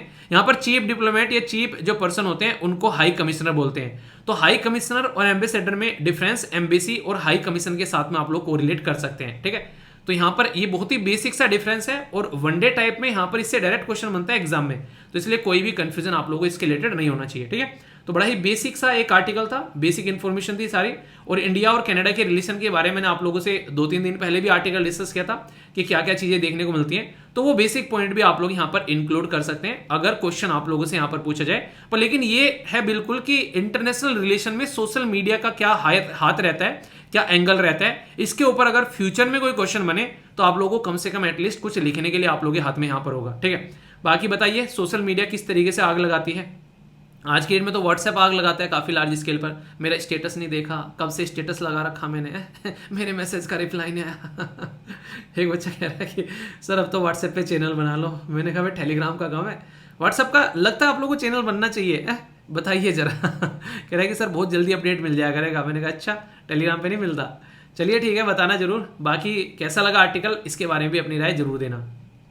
दोस्तों पंखे कितने इंपॉर्टेंट है हमारे घरों के अंदर में, और उन पंखों से कैसे हम लोग एफिशिएंट एनर्जी बेसिकली एक तरीके से एनर्जी सेव कर सकते हैं, और ये किस इंटरेस्टिंग वे में ये आर्टिकल देखेंगे आप लोगों को मजा आने वाला है, कुछ नया जानने को मिलेगा इस आर्टिकल में, गारंटी देता हूं। अगर जिंदगी में एक छोटा सा चेंज भी आज के डेट में आप लोग करेंगे ना, कि जब भी आप लोग आज के डेट में अपनी चेयर पर बैठे हुए पढ़ रहे हैं, जब भी उठते ही आप लोग 1 गिलास पानी पीना है। ठीक है, तो इससे आप लोगों का डेली का जो पानी का जो टारगेट है वो भी आप लोगों का पूरा हो जाएगा, और अपनी बॉडी में आप लोग एनर्जी पाएंगे, आप लोगों को नींद कम आएगी, आप लोग अपने आप को हेल्दी फील करेंगे। तो इस छोटे से चेंज से आप लोग की पूरी बॉडी पर इंपैक्ट पड़ता हुआ नजर आएगा। सर डॉक्टरी कर रहे हो क्या, डॉक्टरी पढ़ा रहे हो क्या यहाँ पर हमारी हेल्थ के बारे में नहीं यार, थोड़ा सा कुछ एक्स्ट्रा बता रहा हूँ। इतनी ही छोटी सी चीज है हमारे घरों में पंखे। आप लोग के घर में कोई पंखा है, यस या फिर नो? मुझे लगता है कि शायद ही कोई ऐसा पर्सन होगा जो अभी फिलहाल न्यूज सुन रहा होगा और ये बोल दे कि मेरे घर में पंखा नहीं है। बताइए, हाथों वाला बीज ना, नहीं पंखा जो छत वाला पंखा होता है उसके बारे में बात कर रहा हूं। बताइए आप यस या फिर नो। इंपॉर्टेंट बात क्या है, इसके ऊपर एक एनालिसिस किया गया और ये बोला गया कि ये जो पंखे हैं ना, ये हमारे घरों के अंदर में जो होते हैं ये कितनी प्रतिशत बिजली ये खाते हैं, उसके ऊपर एक एनालिसिस किया गया। तो इसके चलते एक डेटा सामने निकल कर आया, और भी किसने रखा डेटा, ये आप लोग यहाँ पर देख सकते हैं। ये ब्यूरो ऑफ एनर्जी इफिशियंसी के द्वारा यहाँ पर ये बताया गया। ये ब्यूरो ऑफ एनर्जी इफिशियंसी हमारे देश के अंदर में अगर कोई भी प्रोडक्ट आप लोग खरीदते हैं तो स्टार रेटिंग यहाँ पर उनको प्रोवाइड कराती है। जैसे यहाँ पर स्टार रेटिंग की कितनी स्टार का है, अगर 5 स्टार का है तो इसका मतलब ये है वो सबसे ज़्यादा एफिशिएंट देखने को मिलेगा और सबसे कम एनर्जी कंज्यूम करेगा। अगर कोई भी चीज़ आप लोग ऐसी ले रहे हैं ना जो आने वाले टाइम में 5 से 10 साल चलने वाली है, तो हमेशा हाई स्टार रेटिंग की उसको लो। क्यों? क्योंकि वो स्टार्टिंग में हो सकता है थोड़ी सी कॉस्टली पड़े, पर लेकिन लंबे समय में जो आप लोगों का खर्चा बचाएगी वो आप लोग फ्यूचर में उससे आराम से निकाल पाओगे। एनर्जी इफिशिएंट रहेगी, प्रोडक्ट की डिटेल्स और BEE रजिस्ट्रेशन जो यहाँ पर नंबर आप लोगों को देखने को मिलेगा। हमारे देश के अंदर में ब्यूरो ऑफ एनर्जी इफिशिएंसी यहाँ पर इसको प्रोवाइड कराती है ताकि स्टैंडर्ड जो है वो बना के रखा जा सके। तो स्टार रेटिंग का सिस्टम यहाँ से निकल कर आता है और 5 स्टार जो है वो सबसे बेस्ट माना जाता है। अभी जो मैं आप लोगों को बता रहा हूँ उसको आप लोग थोड़ा सा ध्यान से सुनिएगा। आज की डेट में हर एक घर में आप लोगों को पंखा देखने को मिलता है। जब मैं पंखे की यहाँ पर बातें कर रहा हूँ तो यहाँ पर इसके बारे में बताया जा रहा है कि सीलिंग फैन जो है वो वाइडली यूज करते हैं, और जो घर में टोटल जो बिजली का खर्चा आता है उसका quarter of house hold electricity consumption, यानी कि 1/4 जो यहाँ पर आज के डेट में बिजली का जो कंजप्शन होता है वो पंखे ही खाते हैं भाई साहब। यानी कि इन्हीं कहते आधे में राम और आधे में गाम। यानी कि अगर आज की डेट में बात करो 4 एप्पल है, ठीक है, और पंखे जो है डेली आप लोग घर में मतलब बिजली जो है एप्पल से निकल कर आती है, तो 1 एप्पल जो है वो अकेले पंखे खा जाते हैं। समझ रहे हैं आप लोग यहाँ पर? तो अगर पंखे इतना ज्यादा हर एक घर में बिजली का कंजप्शन करते हैं तो सोचो अगर ये पंखे जो हैं वो एनर्जी एफिशिएंट हो जाए, तो ये बात की जा रही है कि आने वाले टाइम में हमारे देश के अंदर में जो टारगेट है 2030 तक का कि 45% जो यहाँ पर emission per unit of the GDP हम लोग को ये कम करना है, तो ये कहीं ना कहीं हम लोग कम कर पाएंगे अगर हम लोग सस्टेनेबल सीलिंग फैन इस्तेमाल करना स्टार्ट कर दें। यानी कि हाथ से घुमाने वाले पंखे नहीं हो, एक तरीके से एक जो छत पे लगे हुए हैं पहले उनको हाथ से घुमाओ फिर चलते हैं, उसके अंदर कंडेंसर खराब हो गया, ऐसी कंडीशन देखने को मिलती है। तो यानी कि उनकी एक तरीके से सर्विसिंग बढ़ाकर, उनकी रेटिंग बढ़ाकर हम लोग ओनली इतना छोटा सा काम करके भी 1/4 बिजली को सेव कर सकते हैं। तो ये है छोटा सा चेंज। उन्हें कि सत्सैया के दोयरे जो नावी के तीर छोटे क्या कह रहे हैं, देखन में छोटे लगत घाव करत गंभीर। तो देखन में छोटा लग रहा है कि भाई साहब ये भी कोई बात है कि 5 स्टार रेटिंग के पंखे लगा दिए, पर सोचो हर एक घर में से 1/4 इलेक्ट्रिसिटी हम लोग सेव कर पा रहे हैं। तो अंदाजा लगा के देखो कि हर घर में से चवन्नी लेकर आएंगे तो 4 घर से रुपया बन जाएगा, और 4 घर के अगर रुपए जोड़ेंगे तो लाखों करोड़ रुपए बन जाएंगे। ऐसे आप लोग अंदाजा लगा के देखो। तो इसीलिए यहां पर ये बात की जा रही है कि ये एक ऐसी सजेशन है जिसको आप लोगों को काउंट करना चाहिए। तो डिमांड एग्रीगेशन एंड जो ट्रांसफॉर्मेशन के बारे में बात करेंगे, तो एनर्जी इफिशिएंसी सर्विस जो लिमिटेड है उसके द्वारा इंप्लीमेंट करने की बात की गई कि यहां पर हम लोग बेचेंगे 10 मिलियन 5 स्टार सीलिंग फैन, यानी कि 10 मिलियन का मतलब समझ रहे हैं, 1 मिलियन में 10 लाख होते हैं, 100 लाख यानी कि 1 करोड़ के करीब इनके द्वारा टारगेट रखा गया है कि हम लोग ये 5 स्टार सीलिंग फैन बेचने वाले हैं। और ये बिल्कुल उसी तरीके से इनके द्वारा करने की कोशिश की जा रही है काम, जिस तरीके से हमारे देश के अंदर में उन्नत ज्योति अफोर्डेबल एलईडी प्रोग्राम जिसका नाम उजाला रखा गया था वो स्टार्ट किया गया, और आज की डेट में हर एक घर में आप लोगों को एलईडी दिखाई दे जाएगी। ये जो प्रोग्राम था पता है किसके द्वारा स्टार्ट किया गया था? मिनिस्ट्री ऑफ पावर के द्वारा स्टार्ट किया गया था, उन्नत ज्योति बाई अफोर्डेबल एलईडी, जिससे कि लोग अगर कोई एलईडी खरीद के लेना चाहते हैं तो उसको सब्सिडीज प्राइस पर यहां पर प्रोवाइड कराया जाएगा ताकि बिजली का कंजप्शन जो है वो कम हो सके। तो ये काफी एक खतरनाक लेवल की चीजें यहां पर देखने को मिली थी, और आज की डेट में जो एलईडी है वो घर घर में देखने को मिलेगी, जिसको आप लोग लाइट एमिटिंग डायोड बोलते हो। तो ये समझिए आप लोग कि यहां पर अगर सरकार किसी चीज में एंट्री करती है तो वो शानदार तरीका रिजल्ट निकाल कर लेकर आती है। टेक्नोलॉजी एग्नोस्टिक पॉलिसी के अगर बारे में बात करें तो ये भी ज्यादा जरूरी है। एक तो टेक्नोलॉजी जो है अपडेटेड होती रहनी चाहिए और लोगों को इसके बारे में पता भी होना चाहिए। तो इसके चलते बात की जा रही है कि जो भी टेक्नोलॉजी के अपडेट होने चाहिए वो तुरंत मार्केट में आने चाहिए, और तुरंत वहां पर जो भी प्रोडक्ट उससे रिलेटेड है उसमें उनको इंप्लीमेंट भी आप लोग कर सकते हैं। पर लेकिन दिक्कत क्या होती है, कई बार टेक्नोलॉजी तो रहती है, जैसे कि 5G हमारे देश में दुनिया के साथ में आ गया, पर 4G तो दुनिया के साथ में नहीं आया। अभी यहां पर अगर बात करें दूसरे जी तो हमारे देश में नहीं आ रहे हैं, ठीक है। तो यहां पर अगर बात करें जैसे अब तक नहीं आ रहे थे, फर्स्ट नहीं आया था, सेकंड नहीं आया था, थर्ड नहीं आया था, फोर्थ जाकर नहीं आया, फिफ्थ जाकर आया, और सिक्स्थ हम लोग थोड़े एडवांस हो गए। और भी तो जरूरी है कि साथ में लेकर आप लोग यहां पर चलना है। इसी के साथ में जो इंपॉर्टेंट बात है वो है बैलेंसिंग द प्राइस। सबसे खतरनाक चीज मुझे यही देखने को मिलती है, एक इंसान को बोलो कि आप लोग एक प्रोडक्ट लेना है 5 रुपए का, ठीक है, वो 5 रुपए का प्रोडक्ट जो है वो 5 दिन चलेगा, पर लेकिन उसी की जगह अगर एक प्रोडक्ट मिले 50 रुपए का और वो 50 रुपए का प्रोडक्ट जो है वो 5 साल चलेगा, तो इंसान बोलेगा सस्ता ले ले, कम से कम 5 दिन तो चलेगा। ये कंडीशन देखने को मिलेगी। दो सेम प्राइस के वो सेम प्रोडक्ट अगर रखे हो, एक का प्राइस हाई है और पता है वो जब लंबा चलने वाला है, तो इंसान आज की डेट में फोकस देता है सस्ते वाले पे। और यही रीजन है इंसान की टेंडेंसी समझने का, क्योंकि इसी की वजह से चाइना जो है वो दुनिया में मैन्युफैक्चरिंग हब बन पाया। हर एक प्रोडक्ट का ऑल्टरनेटिव प्रोडक्ट सस्ता निकालकर मार्केट में रख दिया, और लोगों की टेंडेंसी को ध्यान में रखते हुए कि लोगों से खरीदेंगे ही खरीदेंगे। और चाइना की ये जो नीति है ना, ये सक्सेसफुल हुई। दुनिया में आज की डेट में सबसे बड़ा जो मैन्युफैक्चर है, मार्केटिंग अगर बात करेंगे वो चाइना की है, और हर एक प्रोडक्ट का ऑल्टरनेटिव प्रोडक्ट भी आप लोगों को मिल जाएगा। तो ये घटिया प्रवृत्ति चाइना के द्वारा फॉलो की गई, और इसी की वजह से इलेक्ट्रॉनिक वेस्ट इतना जनरेट हो गया जिसकी कुछ हद नहीं है। तो यहां पर बैलेंस करना, रिड्यूस करना प्राइस में और क्वालिटी को इंप्रूव करना, ये काफी बड़ा टास्क रहता है। दोनों को एक साथ में करना ये रियलिटी में बड़ा टास्क है, ठीक है। तो उसको सही से लेकर चलने की बात यहां पर की जा रही है। इसी के साथ में जो इंपॉर्टेंट मुद्दा है यहां पर कि डोमेस्टिक मैन्युफैक्चर हम लोग को बूस्ट करना चाहिए। मैक्सिमम चीजें तो हम लोग बाहर से लेकर आते हैं, अगर हाई क्वालिटी की चीजें अपने ही देश में हम लोगों ने मैन्युफैक्चर करना स्टार्ट कर दिया, तो एक तो सबसे बड़ी बात तो यही होगी कि हम लोग अपने लोकल मार्केट में बना रहे हैं, तो हमारे लोगों को जॉब मिल रही है यार, कम से कम उनका घर तो चल रहा है, उनके घरों में रोटी तो मिल रही है आज की डेट में, वो बेरोजगार तो नहीं घूम रहे हैं। अगर हम लोग अच्छे से मैन्युफैक्चर करने लगे तो हम लोग इसको एक्सपोर्ट भी कर सकते हैं, अपनी मार्केट को एक्सपेंड भी कर सकते हैं, अपने हिसाब से अपनी क्वालिटी को हम लोग अपनी परफॉर्मेंस को स्टैंडर्ड एक इंटरनेशनल स्टैंडर्ड पर लेकर आ सकते हैं, ताकि आगे चलकर हम लोग इन चीजों को बेच सकें। तो ये सारी सारी चीजें आराम आराम से होती है। बच्चा जो है वो 9 महीने में पैदा होता है, अगर उसको कोशिश करे कि 6 महीने में पैदा कर दे तो चांसेस कम होंगे कि वो बच्चा जी पाएगा। तो इसलिए आराम आराम से स्टेप बाय स्टेप अगर चलना स्टार्ट करेंगे तो ये टारगेट भी हम लोग अचीव करते हुए नजर आएंगे। ये बातें बताने की कोशिश की जा रही है। सोचो कितनी छोटी सी चीज थी एलईडी, पर लेकिन उसने इतने लार्ज स्केल पर चीजों को एक तरीके से सेव किया कि आज के दिन में हम लोग इसको कहीं ना कहीं एक तरीके से आप लोग बोल सकते हैं कि सरप्लस में हम लोग आज के दिन में चल रहे हैं, अगर पहले के साथ में आप लोग कंपेयर करोगे तो। इसी तरीके से अगर सीलिंग फैन को हम लोग चेंज कर दे, क्योंकि पंखा हर एक इंसान के घर में है, मेरे घर में भी आप लोगों को हर एक जगह पंखा देखने को मिलेगा, ठीक है। हर एक इंसान आज के पंखा यूज कर रहा है। कोई एक तरीके से टीन के घर में रह रहा है तो वो भी पंखा आप लोगों को देखने को मिल जाएगा, चाहे टेबल फैन हो चाहे फिर छत वाला पंखा हो। तो यहाँ पर छत वाले पंखे के बारे में बात की जा रही है, ठीक है। इसी के साथ में ये भी काफी इंटरेस्टिंग बात यहाँ पर बोली गई है। अगर यहाँ पर आप लोग ध्यान से देखोगे तो बोला गया कि कैसे हम लोग आज की डेट में स्ट्रेंथन कर सकते हैं स्टैंडर्ड और लेबलिंग। इससे फायदा क्या होगा? इससे फायदा ये होगा कि approximate 30% Indian ceiling fan market जो है वो अनऑर्गेनाइज है। अगर हम लोग बोले कि ठप्पा लगा दिया इसके ऊपर, जैसे जीआई टैग, जिसको ज्योग्राफिकल इंडिकेशन बोलते हैं, अगर जीआई टैग का ठप्पा इसके ऊपर लग गया कि भाई साहब हाँ ये जीआई टैग है, तो वो प्रोडक्ट जो है उसकी क्वालिटी मानी जाती है कि यार इसके अंदर क्वालिटी होगी प्रोडक्ट के।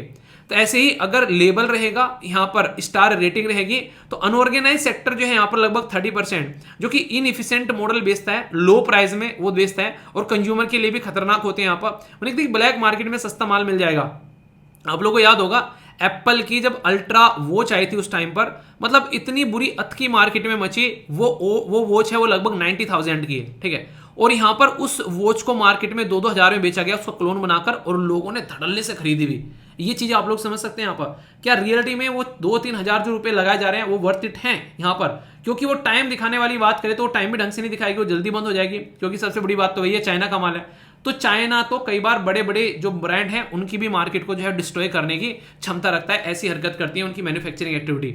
तो अनऑर्गेनाइज सेक्टर जो है वो खतरनाक इंपैक्ट डालता है। जो बीईई इसी के साथ में स्टेट डिजाइन एजेंसी है, उनको इन चीजों को मॉनिटर करना चाहिए कि ऑथेंटिक चीजें ही मार्केट में आनी चाहिए। यानी कि लेबल तो लगा दिया 5 स्टार रेटिंग का और काम कर रहा है 1 स्टार या फिर नेगेटिव में जा रहा है, स्टार तो छोड़ो, बिना स्टार के काम कर रहा है। तो इसी के चलते आप लोगों को यहाँ पर इसके ऊपर काम करना पड़ेगा ताकि हम लोग इसको और एफिशिएंट बना सके। सीलिंग फैन जो है वो यहाँ पर आज के डेट में सिग्निफिकेंस एक तरीके से आप लोग सोच सकते हैं कि एनर्जी एफिशिएंट के मामले में अगर हम लोग प्रोवाइड कराते हैं तो एक बहुत बड़ा चेंज हो सकता है, जिससे क्लीन एनर्जी ट्रांजिशन की ओर हम लोग बढ़ते हुए नजर आ सकते हैं। तो एक इंटरेस्टिंग ये आप लोग आर्टिकल बोल सकते हो, एक डिफरेंट एंगल आप लोगों को यहाँ पर देखने को मिल गया। अगर कल को यहाँ पर इसके बारे में कोई पूछे कि किस तरीके से यहाँ पर चेंज ला सकते हैं, तो छोटे छोटे भी एग्जाम्पल आप लोग यहाँ पर दे सकते हो, ठीक है। तो ये आज की डेट में अभी यहाँ पर ये आप लोगों को इसके बारे में पता चल गया बेसिकली बीई के बारे में। तो ये क्या होते हैं, देखो छोटी छोटी चीजें होती है ना, उसी से मिलकर घड़ा भरता है। अगर आप लोग छोटी छोटी चीजें अगर आप लोग रेगुलर इनको डिस्कस करोगे, इनके बारे में रेगुलर आप लोग पढ़ोगे, तो यहाँ से फिर आप लोगों की जो है एक मेमोरी बनती चली जाएगी और यहाँ से फिर चीजें आप लोग को अच्छे से भी देखने को मिलेगी, यानी कि रिविजन भी आप लोग का होता रहेगा, ठीक है। तो ये आप लोग याद रख सकते हैं। बाकी इसके बारे में अगर मैं बात करूं बीई के बारे में, तो इसको ब्यूरो ऑफ एनर्जी एफिशिएंसी के नाम से आप लोग जानते हैं, ठीक है। ये पर्टिकुलर गवर्नमेंट का डिपार्टमेंट है। आप लोगों को यहाँ पर ये बताना है कि ये अगर बात पूछा जाए यहाँ पर किस पर्टिकुलर मिनिस्ट्री के अंडर में आती है, तो क्या आप लोग इसके बारे में बता सकते हैं कि कहाँ पर आप लोगों को ये देखने को मिलेगी? गवर्नमेंट ऑफ इंडिया की एजेंसी है वैसे, ठीक है। ये अच्छा पहले ये बताइए कि कैसी बॉडी है, अगर मैं आप लोगों से पूछूं। ये तो मिनिस्ट्री तो आप लोगों को हालांकि पता चल ही गया होगा, ये बॉडी कैसी है? ये स्टैट्यूटरी बॉडी है या फिर ये एक एग्जीक्यूटिव बॉडी है, कैसी बॉडी है? तो याद रखना है यहाँ पर इसके बारे में, ये एक पर्टिकुलर कानून के थ्रू बनाई जाने वाली बॉडी है, ठीक है, जो कि मिनिस्ट्री ऑफ पावर के अंडर में आप लोगों को यहाँ पर ये देखने को मिलती है। तो कोई भी कंफ्यूजन नहीं होना चाहिए। तो यहाँ पर इसके बारे में अगर क्वेश्चन बने तो कल को, ठीक है, मिनिस्ट्री ऑफ पावर के अंदर में। अच्छा, मिनिस्ट्री ऑफ पावर के मिनिस्टर कौन है आज की डेट में, बताइए जरा। अब बात करेंगे इस आर्टिकल के बारे में। ये इंडिया की जो डेवलपमेंट है उसकी एक तरीके से स्टोरी आप लोगों को सुनाएगा। काफी एक डिफरेंट एंगल आप लोगों को जानने को मिलेगा। आप लोगों की बुद्धि का विकास करता हुआ ये आर्टिकल आप लोगों को नजर आएगा। दोस्तों, ये जो आर्टिकल है ये आप लोगों को काफी एक डिफरेंट एंगल यहाँ पर देता हुआ नजर आएगा हमारे देश के अंदर में साइंस एंड टेक्नोलॉजी को लेकर, और उसके साथ में कंपेयर किया जा रहा है दूसरे सेक्टर को। एक साइड में साइंस एंड टेक्नोलॉजी में हम लोग बात करेंगे अपने एक तरीके से मून मिशन के बारे में, एक साइड में हम लोग बात करेंगे मंगल मिशन के बारे में, और एक साइड में सोसाइटी के अंदर में ऐसा भी सेक्शन है कि जिसके डेवलपमेंट को हम लोग इग्नोर कर रहे हैं। तो यानी कि कहने का मतलब ये कि बीच में गैप नहीं होना चाहिए। अगर हम लोग मंगल पर जा रहे हैं, हम लोग मून पर जा रहे हैं, तो एटलीस्ट ये भी करें कि ग्राउंड लेवल पर भी डेवलपमेंट देखने को मिले, ना कि बस मंगल और मून पर जाएं और ग्राउंड लेवल पर लोग जो हैं वो भूखे मरते रहें। तो ये एक बैलेंस बनाने के लिए यहाँ पर ये आर्टिकल जो लिखा गया है बेसिकली ये आईटी के प्रोफेसर हैं यहाँ पर आईटी दिल्ली के, तो काफी तसल्ली में इनके द्वारा चीजें समझाने की कोशिश की गई है। आर्टिकल की स्टार्टिंग में यहाँ पर ये बातें बोली जाती है कि हमारा काफी शानदार एम्बिशियस प्रोजेक्ट अभी देखने को मिला, जिसमें हम लोगों ने अपने बेसिकली मिशन के तहत में रोवर जो था वो मून के साउथ पोल पर यहाँ पर अभी बेसिकली अपना एक तरीके से रोवर और लैंडर आप लोगों को देखने को मिला, और इसी के साथ में सूरज के लिए आदित्य L1 मिशन भी हम लोग लॉन्च कर चुके हैं। तो इसरो ने दुनिया को चौंका कर रख दिया कि पहले चांद और फिर सूरज, भाई साहब दोनों को अपने कंट्रोल में लिए घूम रहा है इसरो, ठीक है। पर लेकिन सबसे इंपॉर्टेंट बात क्या है, सबसे इंपॉर्टेंट बात यहाँ पर यह है, अभी यहाँ पर अगर बात करें, ये ऐसा नहीं कि इमीडिएटली हो गया, अपने आप ही हवा में हो गया। इंडिया का जो अचीवमेंट है अगर उसके बारे में आप लोग बात करेंगे तो 1950 से लेकर 1960 में जैसे हमारे देश के अंदर में कई सारे IITs या फिर IIMs जो हैं वो बनाए गए, और वहां से एक टैलेंट निकलकर सामने आया, और वो टैलेंट जो है हमारे देश को आगे प्रोग्रेसिव वे में लेकर चल रहा है। जिस तरीके से इसरो सक्सेसफुल हो गया उस तरीके से DRDO की उतनी पहचान नहीं है। अगर देखोगे आप लोग इंटरनेशनल लेवल पर, तो DRDO को भी हम लोग लेकर चल सकते थे। तो क्वालिटी ऑफ मैनेजमेंट की भी आप लोगों को देखने को मिलेगी यहाँ पर। अगर एक बच्चा जो है वो तो भाई साहब फर्स्ट डिवीजन लिया जा रहा है, दूसरा बच्चा जो है वो थर्ड डिवीजन से ही पास नहीं हो रहा है, फेल हो जा रहा है, तो कहीं ना कहीं एडमिनिस्ट्रेशन की गलती है, यानी कि माँ बाप की और टीचर की गलती आप लोगों को देखने को मिलेगी कि उसके ऊपर इतना फोकस नहीं दिया गया जितना फोकस उसके ऊपर दिया जाना था। ये कहते हैं ना कि आजकल में कहते हैं कि प्राइवेट सेक्टर सब चीजों को प्राइवेटाइज कर दो, प्राइवेट सेक्टर तो भाई साहब बड़ा शानदार काम करता है, उसके मुंह पर इसरो फेंक कर मारो, ठीक है, उसको समझ में आ जाएगा कि इसरो क्या है, प्राइवेट सेक्टर है या फिर ये किस तरह का सेक्टर है। तो यानी कि ये बोलना, ये बेसिकली फालतू की बातें होती हैं। सबसे बड़ी बात होती है कि मैनेजमेंट कैसा है और लीडरशिप कैसी है। अगर मैनेजमेंट और लीडरशिप अच्छा हो तो फिर भाई साहब ये सारी चीजें सुधरती हुई नजर आएंगी। आप लोग ऐसा बोल सकते हो कि कोई भी संविधान अच्छा और बुरा नहीं होता है, उसको इंप्लीमेंट करने वाले लोग उसको अच्छा और बुरा बनाते हैं। मनसा अच्छी है तो संविधान अच्छा है, और मनसा बुरी है तो संविधान बुरा है, ऐसा आप लोग यहां पर बोल सकते हो। और जब डेवलपमेंट की बातें करते हैं, ऐसा नहीं कि हमारे लीडर नहीं सोचते थे, विक्रम साराभाई जी के द्वारा यहां पर सोचा गया कि हम लोग सैटेलाइट का इस्तेमाल करके डेवलपमेंट करेंगे, जैसे कि नेशनल वाइड हम लोग कम्युनिकेशन और एजुकेशन को लेकर जाएंगे। ये लेक्चर में देश के कोने में बैठकर इसको बेसिकली पढ़ा रहा हूं आप लोगों को, और यहां पर आप लोग खुद देखिए किस किस एरिया से आप लोग निकल कर आते हैं। आप लोग खुद कमेंट बॉक्स में लिखें अपने अपने राज्य का नाम, और फिर आप लोग पढ़िएगा एक दूसरे के राज्य का नाम, तो आप लोगों को अंदाजा लगेगा शायद ही कोई स्टेट ऐसा होगा हमारे देश के अंदर में जो कि यहाँ पर SLV के फैमिली के साथ में न जुड़ा हो। तो ये क्या हो गया, ये किसकी वजह से पॉसिबल हो रहा है? ये यहाँ पर ऐसे लीडर थे हमारे देश में, विक्रम साराभाई जी जैसे, जिनकी वजह से आज की डेट में यहाँ पर ये चीजें पॉसिबल हो पा रही है, वरना ये चीजें कभी भी पॉसिबल नहीं हो पाती। कहीं ना कहीं हम लोग आज भी आदिवासी वाली जिंदगी जी रहे होते अगर ऐसी लीडरशिप की क्वालिटी हमारे बीच में ना होती। तो जरूरी है कुछ आउट ऑफ द बॉक्स सोचने वाला इंसान अगर घर में एक हो जाए तो उस घर को वो भाई साहब चांद पे ले जा सकता है, ऐसी कंडीशन आप लोग बोल सकते हो। पर ये तो आप लोगों ने सुना ही होगा कि चांद में भी दाग होता है। ऐसे ही हमारे देश का जो यहाँ पर स्ट्रेटेजिक, जो यहाँ पर एक तरीके से डेवलपमेंट हो रहा है, खासकर उसको कई बार क्रिटिसिज्म भी झेलना पड़ता है। हमारी टेक्नोलॉजी का जो डेवलपमेंट हो रहा है उसको भी क्रिटिसिज्म झेलना पड़ता है। क्यों? क्योंकि अगर आप लोग यूएसए में जाओगे तो यूएसए के अंदर में आप लोगों को नासा देखने को मिलता है, ठीक है, नासा। तो नासा अपनी जगह है, पर लेकिन इलोन मस्क जो है वो अपनी जगह है। उसकी स्पेस एक्स जो है ना वो अकेली सबके बराबर आप लोगों को देखने को मिल रही है। इतने सारे सैटेलाइट जो है वो अकेला लॉन्च करता है बंदा। तो मतलब क्या हो गया, वो वहां पर हो गया प्राइवेट का पार्टिसिपेशन। हमारे देश के अंदर में साइंस एंड टेक के अंदर में प्राइवेट का पार्टिसिपेशन नहीं है। तो राइटर साहब इसी बात के ऊपर फोकस किया जा रहा है कि अगर सारा पैसा सरकार लगाएगी तो सरकार फिर बच्चों की एजुकेशन पर कैसे लगाएगी, लोगों की हेल्थ पर कैसे लगाएगी, इस तरीके से महिलाओं के जो एम्पावरमेंट पर कैसे लगाएगी, अगर वो सारा पैसा साइंस एंड टेक में लगा देगी। तो मतलब कहने का ये हो गया कि प्राइवेट को भी यहां पर लेकर आना चाहिए। अगर प्राइवेट प्लेयर यहां पर आएगा तो यहां पर सरकार के पास में थोड़ा सा पैसा बचेगा और उस पैसे को सही डायरेक्शन में इस्तेमाल किया सकता है।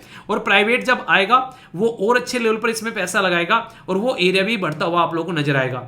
तो यहां पर इसलिए बोला गया है कि यहां पर पब्लिक इन्वेस्टमेंट जो है एक तरीके से उसको ढंग से यूटिलाइज करना चाहिए, और मिस डायरेक्ट इन्वेस्टमेंट भी कई बार देखने को मिलता है।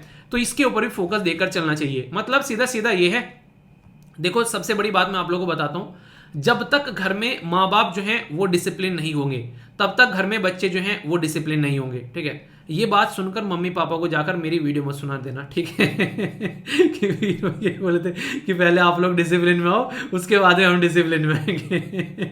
और पता चला मुझे फिर गालियां पड़ रही है कि आज के बाद में लेक्चर देखना बंद है।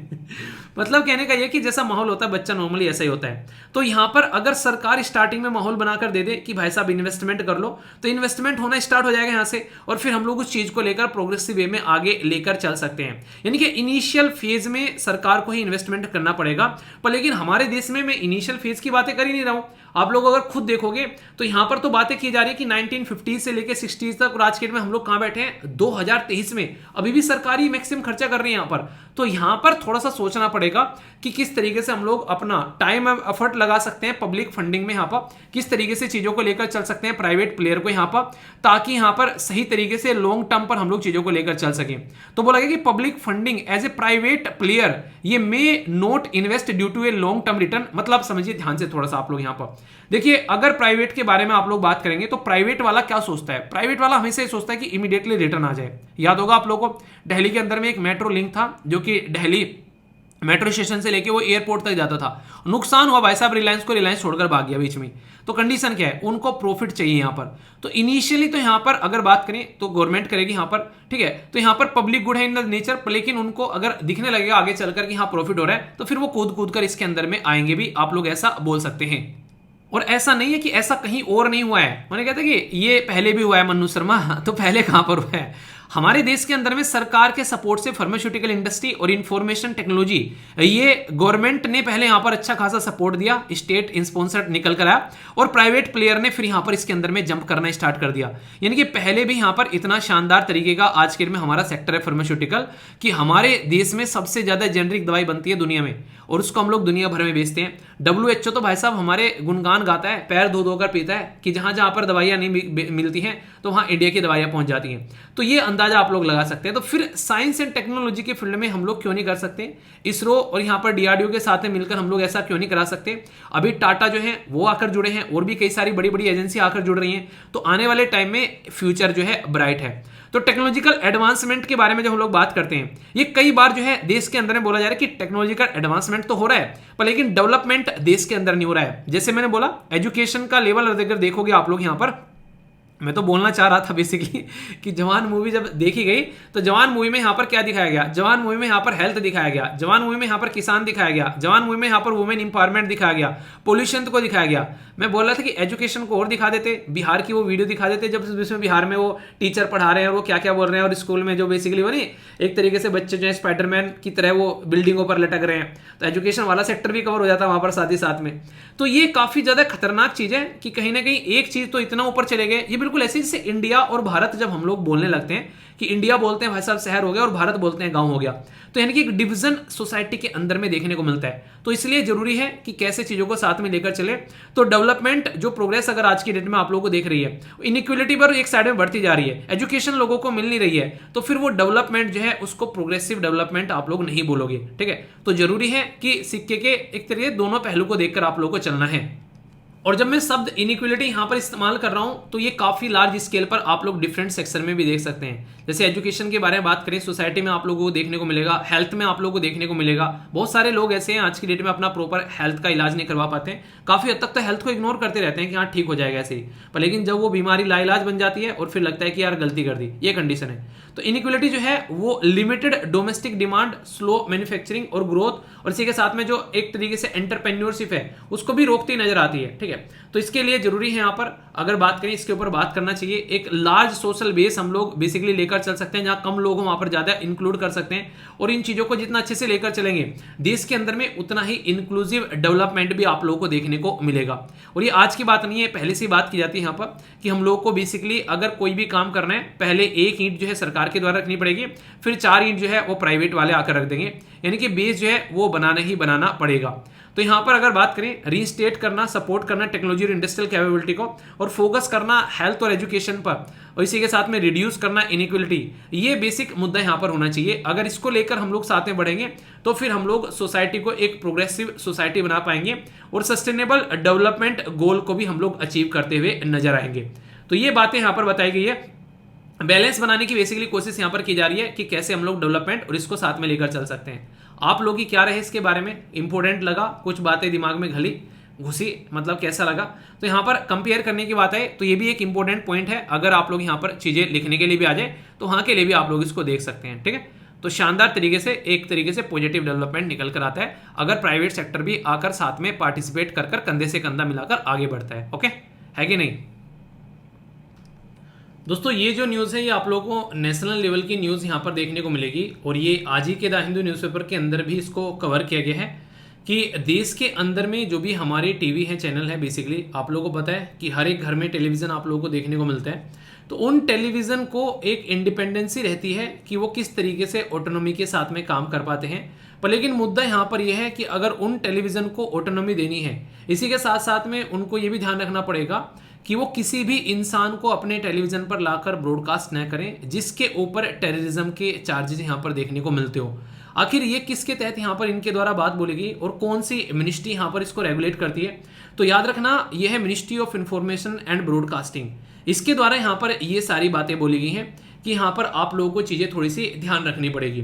तो गवर्नमेंट ने क्या किया, एक एडवाइजरी इशू की यहाँ पर टेलीविजन चैनल्स को कि देखो टेलीविजन चैनल की खुद की भी इंडिपेंडेंसी है, अगर आप लोग बात करें तो इनकी भी फ्रीडम है, तो यहाँ पर अपने हिसाब से अपनी चीज़ों को लेकर चल सकते हैं। पर लेकिन उससे ऊपर हमारे देश की सिक्योरिटी आती है, तो सिक्योरिटी और फ्रीडम को पैरेलली कैसे लेकर चलना है ये देखना पड़ेगा। यहाँ पर ये जो एडवाइजरी है ये अप्लाई की जा रही है, बेसिकली ये इंडिविजुअल एसोसिएशन विद ऑर्गेनाइजेशन खासकर जो बैन किया जा रहा है लॉ के थ्रू हमारे देश के अंदर में। तो इंपॉर्टेंट मुद्दा क्या है, अभी गुरपतवंत जो सिंह पन्नू थे यहाँ पर अभी रिसेंटली उनको एक यूएस बेस्ड टेररिस्ट जिनको यहाँ पर अभी न्यूज चैनल के ऊपर दिखाया गया, तो उसकी वजह से यहाँ पर ये रेगुलेशन निकल कर आया है। देखो आज के डेट में सबसे बड़ी बात यहाँ पर ये कि समाज में एक तरीके से सौहार्दपूर्ण माहौल बना के रखना, तो उसके चलते यहाँ पर जरूरी है कि बैलेंस बना के रखना। और एक तरीके टीवी जो है वो घर घर में हर एक इंसान हर एक बच्चा देखता है आज के डेट में, तो उसको कैसे लेकर चलना है। तो cable TV network regulation act जो है हमारे देश के अंदर में ये मिनिस्ट्री उसके थ्रू इसको सबको रेगुलेट करती है। सेक्शन 20 जो है केबल टेलीविजन नेटवर्क रेगुलेशन का, ये ऑथराइज्ड करता है कहीं ना कहीं कि इस तरीके से आप लोग चीजों को रेगुलेट कर सकते हैं। और अभी फिलहाल इनको बस रेगुलेशन के लिए बोला गया है, अगर आगे फ्यूचर में कोई ऐसी कंडीशन देखने को मिले तो रिस्ट्रिक्शन भी लगाई जा सकती है। रेगुलेशन और रिस्ट्रिक्शन में क्या डिफरेंस होता है, रेगुलेशन का मतलब होता है कि आप लोग यार थोड़ा सा अपने हिसाब से चीजों को क्या सही है और क्या गलत है डिसाइड कर लो, ठीक है, उस पर हम लोग ज्यादा एक तरीके से रोक नहीं करेंगे। रिस्ट्रिक्शन का मतलब होता है कि ये करोगे ही नहीं, वैसा हम लोगों ने रोक दिया है, तो अभी सरकार ने आप लोग बोल सकते हो कि चेतावनी दी है, ऐसा आप लोग यहां पर बोल सकते हो। अब यहाँ पर इसके बारे में कुछ बैकग्राउंड इन्फॉर्मेशन जो कि एग्जाम में क्वेश्चन बन सकता है, जो बताया वो तो बेसिक है, पर लेकिन यहाँ से आप लोगों के लिए डायरेक्ट क्वेश्चन बन सकता है cable television network regulation act के बारे में। ये रेफर किया जाता है केबल टीवी एक्ट, बेसिकली अगर बात करें गवर्न करता है यहाँ पर कि किस तरीके से हमारे देश के अंदर में केबल और टेलीविजन नेटवर्क जो है वो चलेंगे और किस तरीके से ऑपरेट करेंगे, उनके लिए लाइसेंस जो है यहाँ से प्रोवाइड कराया जाता है। इसी के साथ में कोई भी ऐसा मुद्दा जो कि देश की सॉवरेनिटी, संप्रभुता या फिर एकता या इंटीग्रिटी, सिक्योरिटी को हर्ट न करे, ऐसे मुद्दे को रोकने की बात यहां से आप लोगों की निकल कर आती है। एंटी नेशनल एक्टिविटी मतलब वहां पर नहीं होनी चाहिए। तो रेगुलेट करता है एडवर्टीजमेंट वगैरह भी, आज के डेट में अलग अलग एडवर्टीजमेंट है, कई सारे ऐसे एडवर्टीजमेंट आते हैं जो कि महिलाओं को गलत तरीके से दिखाते हैं, तो उसको भी रोकने का काम करता है। मॉनिटरिंग की जाती है गवर्नमेंट के थ्रू, जिसमें ministry of information and broadcasting आती है, और पेनल्टीज लगाई जाती है अगर कोई इसको कंप्लायंस न करे, जो भी यहाँ पर ये मुद्दे हैं। और रेगुलेटरी अथॉरिटी जो है यहाँ पर वो है ट्राई, यानी कि telecom regulatory authority of India. तो ये है बैकग्राउंड और बेसिक इन्फॉर्मेशन, अगर कोई पूछे तो अंदाजा रख सकते हैं आप लोग। दोस्तों ये सबसे खतरनाक मुद्दा जो कि आप लोगों को देखने को मिला, और आप लोगों ने ये जो पर्टिकुलर मुद्दा है ये एडिटोरियल के अंदर भी हम लोगों ने बेसिकली कवर करना, ठीक है। तो यहाँ पर ये पर्टिकुलर मुद्दा है इंडिया और कनाडा के बीच में जो रस्साकसी चल रही है, और इसके चलते यहाँ पर एक और डेथ हो गई है अभी कनाडा के अंदर में। तो ये न्यूज़ भी काफ़ी तसल्ली में यहाँ पर कवर की गई है बेसिकली। तो इंडिया और कनाडा के रिलेशन की वजह से पूरे पंजाब के अंदर में पैनिक है, क्योंकि बहुत सारे हमारे देश के जो पंजाबी लोग हैं वो कनाडा में आज के डेट में बसते हैं। तो इसकी वजह से भी एक नई प्रॉब्लम यहाँ पर देखने को मिल रही है। जो वीज़ा है वो सस्पेंड कर दिया गया है हमारे देश की साइड से भी और कनाडा की साइड से भी। तो इसकी वजह से यहाँ पर आने जाने के लिए अब रिस्ट्रिक्शन देखने को मिलेगी। पर लेकिन ये ऑलरेडी जिनको वीज़ा मिल चुके हैं उनके ऊपर ये रिस्ट्रिक्शन नहीं रहेगी, ये बेसिकली उनके ऊपर है जो कि अभी नया अप्लाई यहाँ पर करने जाने हैं, ठीक है। तो रीजन सस्पेंशन का आप लोग जानते हैं यहाँ पर वॉयलेंस देखने को मिल रहा है आज के डेट में, और इसी की वजह से दोनों देश ने अपनी अपनी जो भी यहाँ पर ऑथोरिटी थी उसके अंदर जो एम्बेसी थी उसके अंदर से स्टाफ को कम किया। तो पहले यहाँ पर कम ऑथोरिटी देखने को मिली यहाँ पर कनाडा के अंदर, कनाडा ने बोला कि यहाँ से कम स्टाफ करो, फिर इंडिया ने भी उसको बोल दिया कि आप भी यहाँ से कम स्टाफ करो, ठीक है। तो यहाँ से इसकी वजह से काफी ज्यादा इंपैक्ट यहाँ पे देखने को मिल रहा है, जो कि ट्रेवल अगर बात करें तो उस पर भी इंपैक्ट आप लोगों को देखने को मिलेगा। हमारे देश के अंदर में अगर बात करें तो केरला के अंदर में बहुत सारे कैनेडियन लोग जो हैं वो विजिट करते हैं, तो उसके चलते बोला कि केरला के अंदर भी जो हमारी इकोनॉमी है उसके ऊपर इंपैक्ट पड़ने वाला है। तो सबसे बड़ी तो बात यहीं पे डिप्लोमेटिक जो प्रायोरिटी है यहाँ पर, बेसिकली इसमें सबसे बड़ी कंडीशन क्या है, इंडिया के खुद के डिप्लोमेट है, उन्होंने बोला कि यार यहाँ से इंडिया जो कनाडा के डिप्लोमेट है उनको हम कम करो, क्योंकि हमारे यहाँ से हमारी जो पर्टिकुलर एम्बेसी है उससे कम करने के लिए बोल दिया गया है। और ये सारी कहानी निकल कर आती है किसके बाद में, जब हरदीप नज्जर केस निकल कर यहाँ पर आता है, उसकी डेथ होती है और कनाडा के प्राइम मिनिस्टर अपनी पार्लियामेंट के अंदर खड़े होकर हमारे देश के ऊपर आरोप लगा देते हैं, बड़े ही एक तरीके से बचकानी हरकतें करते हुए, ठीक है। पॉलिटिकल मोटिवेशन बोला गया इसको, क्योंकि अब तक जितने भी यहाँ पर हमारे द्वारा जो बेसिकली यहाँ पर प्रूफ थे वो उनको प्रोवाइड करा दिए गए, पर उनकी तरफ से अब तक पब्लिकली आकर कोई भी ऐसा प्रूफ नहीं रखा गया हुआ कि हमने ऐसा कुछ हरकत की है। और यहाँ पर कनाडा को अभी हमारे देश के द्वारा एक सेफ हेवन बता दिया गया है ऑर्गेनाइज्ड टेररिज्म का, क्योंकि बहुत सारे ऐसे टेररिस्ट जो ग्रुप हैं हमारे देश के खिलाफ बेसिकली खालिस्तान मूवमेंट चलाने की कोशिश करते हैं और उनको कनाडा में एक सेफ जगह मिल जाती है, ठीक है।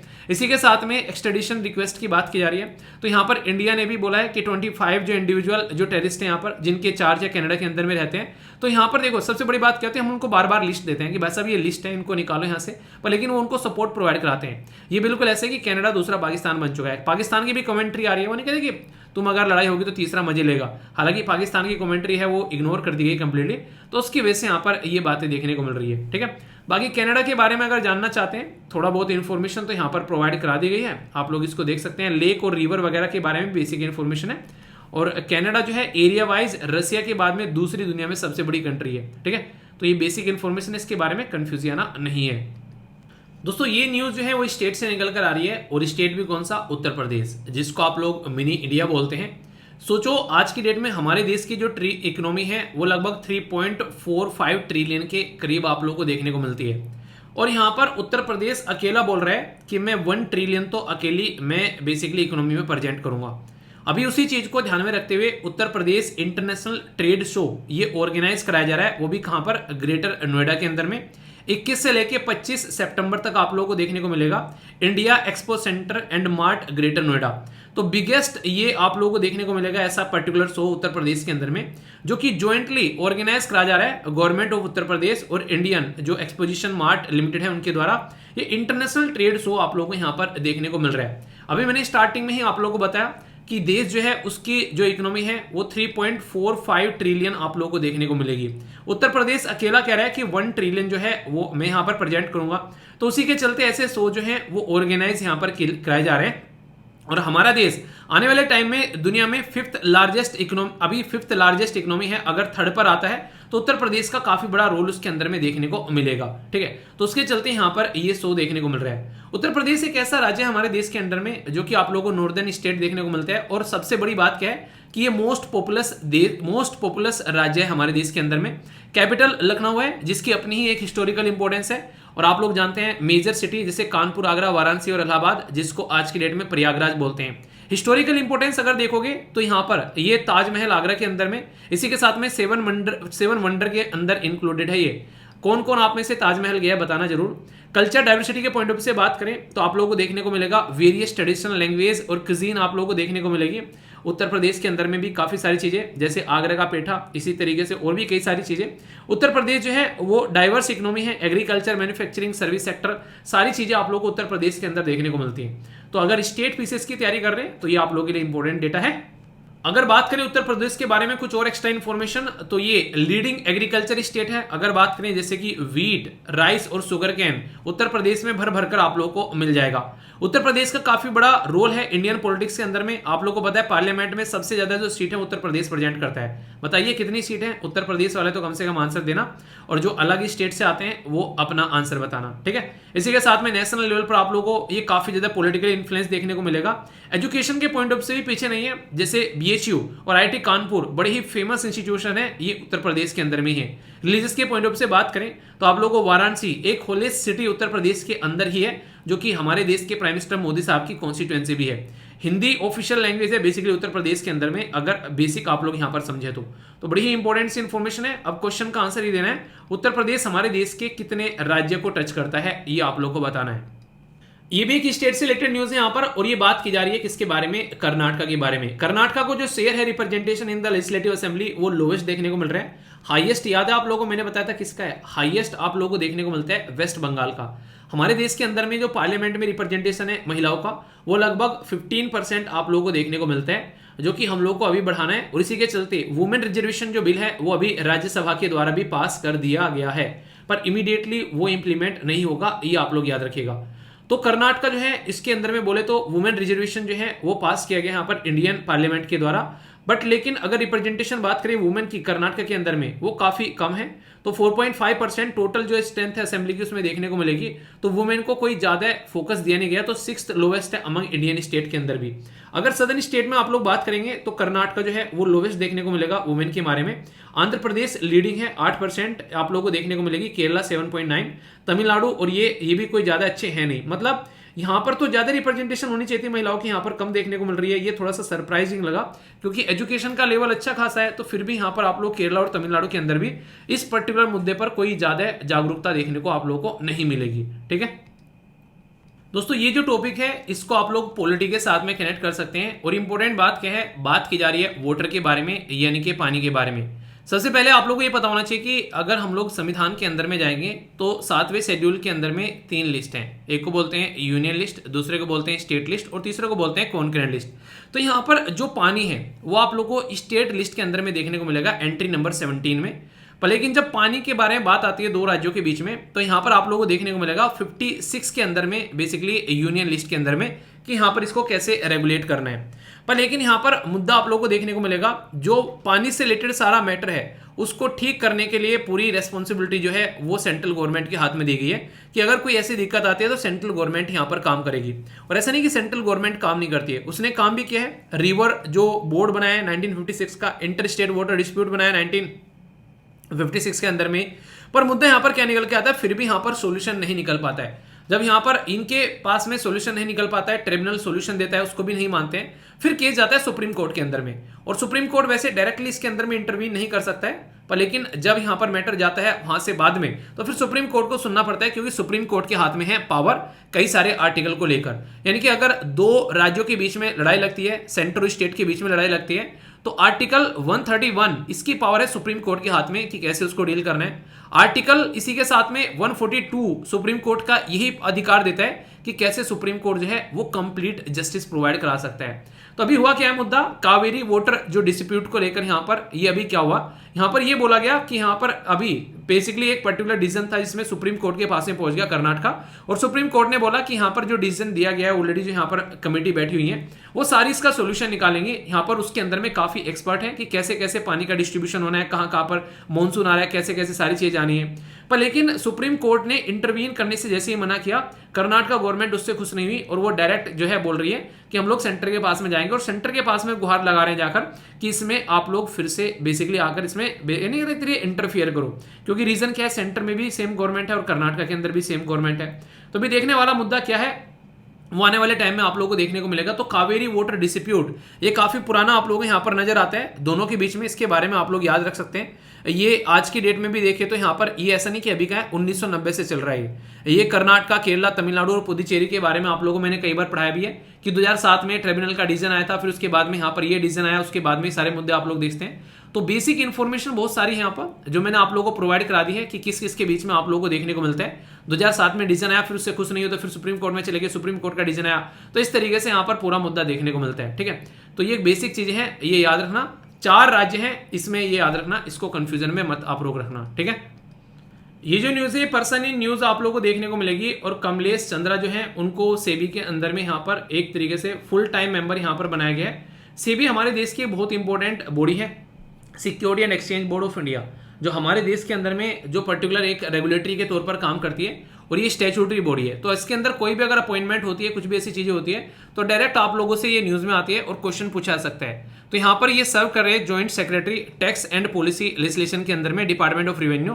तो अभी इनको सेबी के अंदर में यहाँ पर ट्रांसफर कर दिया गया है, ठीक है। ये पर्टिकुलर पोस्ट आप लोगों को यूपीएससी के थ्रू ही मिलती है, बिना यूपीएससी के थ्रू जो है इस पोस्ट पर नहीं आप लोग जा पाएंगे। तो यहाँ पर इस तरीके की पर्सनैलिटी कहीं ना कहीं आप लोगों से अगर कोई पूछे कि यहाँ पर कोई पर्टिकुलर पर्सन, क्योंकि अगर एंट्री जा रही है तो आगे चलकर सेबी के हेड बन सकते हैं आसानी से, ऐसे आप लोग देखते हैं। सेबी को स्टैब्लिश किया गया था 1988 में, नॉन स्टैट्यूटरी बॉडी है यहाँ पर, आगे चलकर ये स्टैट्यूटरी बॉडी बड़ी 1992 में, ठीक है। तो ये याद रखिएगा, इसका मतलब है कि पार्लियामेंट में एक्ट पास कर यहाँ पर ये बॉडी बना दी गई है, ठीक है। तो सेबी के बारे में बेसिक इन्फॉर्मेशन है। आगे बात करें तो ये जो न्यूज़ है ये डिफेंस से निकल कर आ रही है, और डिफेंस में भी यहाँ पर ये न्यूज़ आप लोगों को देखने को मिलेगी डीआरडीओ से related. DRDO defence research and development organisation हमारे देश के अंदर बहुत ही इंपॉर्टेंट ऑर्गेनाइजेशन है यहाँ पर। ये डीआरडीओ के द्वारा यहाँ पर अभी हैवी ड्रॉप पैराशूट सिस्टम जो है उसका बल्क ऑर्डर दिया गया है, जब से इसको टेस्ट किया गया सक्सेसफुली। तो कल वो क्या, मान लीजिए कोई जहाज में जा रहे हैं, उसमें कोई दिक्कत होगी तो उस ऊपर से इंसान जो है आराम से इसको बांध कर कूद सकता है, ताकि इंसान की जान बच जाए, बाकी तो पैसे तो अपना देखते रहेंगे, ठीक है। P7 heavy drop parachute system जो है वो रिसेंटली रिसीव किया बल्क ऑर्डर, ताकि यहाँ पर उसका अच्छे से इस्तेमाल किया सके आर्म फोर्स के अंदर में, खासकर पैरा ड्रॉपिंग कैपेबिलिटी के अंदर में। तो P7 हैवी ड्रॉप जो पैराशूट सिस्टम है यहाँ पर ये, ठीक है, तो ये काफी इंपॉर्टेंट है। और मिलिट्री पैराशूट सिस्टम है यहाँ पर लोग देखने को मिलेगा जो इंडिजिनसली यानी कि हमारे द्वारा डिजाइन किया गया है डीआरडीओ के द्वारा, ठीक है। तो ये जो वेट है अप्रोक्सीमेटली 500 किलोग्राम आप लोगों को देखने को मिलेगा, और गारंटी देता है सिक्योर डिलीवरी की, यानी कि आसानी से इंसान को उतार सकता है अगर कोई चैलेंजिंग कंडीशन बनती है। ये जो है विद ए मैक्सिमम जो लोड बियरिंग कैपेसिटी है 8500 किलोग्राम, ठीक है, और परमिट पे लोड है 7000 के करीब। तो ये पैराशूट जो है ये आप लोगों को देखने को मिलेगा। बेसिकली स्पीड जो रेंजिंग है बेसिकली 260 से लेके 400 किलोमीटर पर आवर के हिसाब से यहाँ पर इसमें से कूदा जा सकता है अगर, ठीक है। तो ये काफी एक तरीके से आप लोग सोच सकते हैं यार कैसी कंडीशन बनती है कई बार, तो ये एक अच्छा एक तरीका है लोगों की जान बचाने के लिए, ठीक है। आज का डिस्कशन इतना ही। पहले तो ये बताओ कि टीम की मेहनत आप लोगों को कैसी लगी। कुछ और भी इंप्रूवमेंट इसके अंदर में कई सारे आप लोगों को देखने को मिलेंगे, जैसे कि आप लोगों का जो नॉर्मल चलता है वोकैबुलरी वाला सेशन क्वेश्चन वाले, उसके अंदर ही बात की जा रही है। और ये सोच रहा था मैं यहाँ पर कि जैसे आज आप लोगों के एडिटोरियल डिस्कस किए गए हैं, अगले दिन इन्हीं सब एडिटोरियल पर आप लोगों से वीडियो के एंड में क्वेश्चन प्रैक्टिस करा दिया करेंगे। तो इससे क्या होगा, आप लोगों का रिवीजन हो जाया करेगा नेक्स्ट डे। आप लोग क्या रहे हैं, कुछ और सजेशन आप लोगों को देना है, ये आप लोग बताएगा, कमेंट बॉक्स ओपन है। ये सजेशन आप लोग के आने वाले टाइम में इंक्लूड होते हुए आप लोगों को नजर आएंगे। पर इस बात का ध्यान रखिएगा, आज फीडबैक जरूर देना, आज वीडियो को लाइक कर पूरी टीम का प्रोत्साहन आप लोग कर रहे हैं, क्योंकि पूरी रात जगकर बेसिकली मेहनत की गई है यार, ठीक है। सारी चीजें प्रेजेंट की गई सिस्टमेटिक वे में आप लोगों के सामने। आई होप कि आप लोगों ने लेक्चर को एंजॉय किया होगा, तो ज्यादा से ज्यादा लोगों तक आप लोगों को लेक्चर पहुंचाना है। तो नेक्स्ट लेक्चर मिलते हो, तब तक अपना ध्यान रखिए। बड़ों को नमस्ते, छोड़ों को प्यार, छोटी सी लाइफ एंजॉय करार। मिलते हैं नेक्स्ट वीडियो में, तब तक के लिए जय हिंद। मौज लो, रोज लो, नहीं मिले तो खोज लो।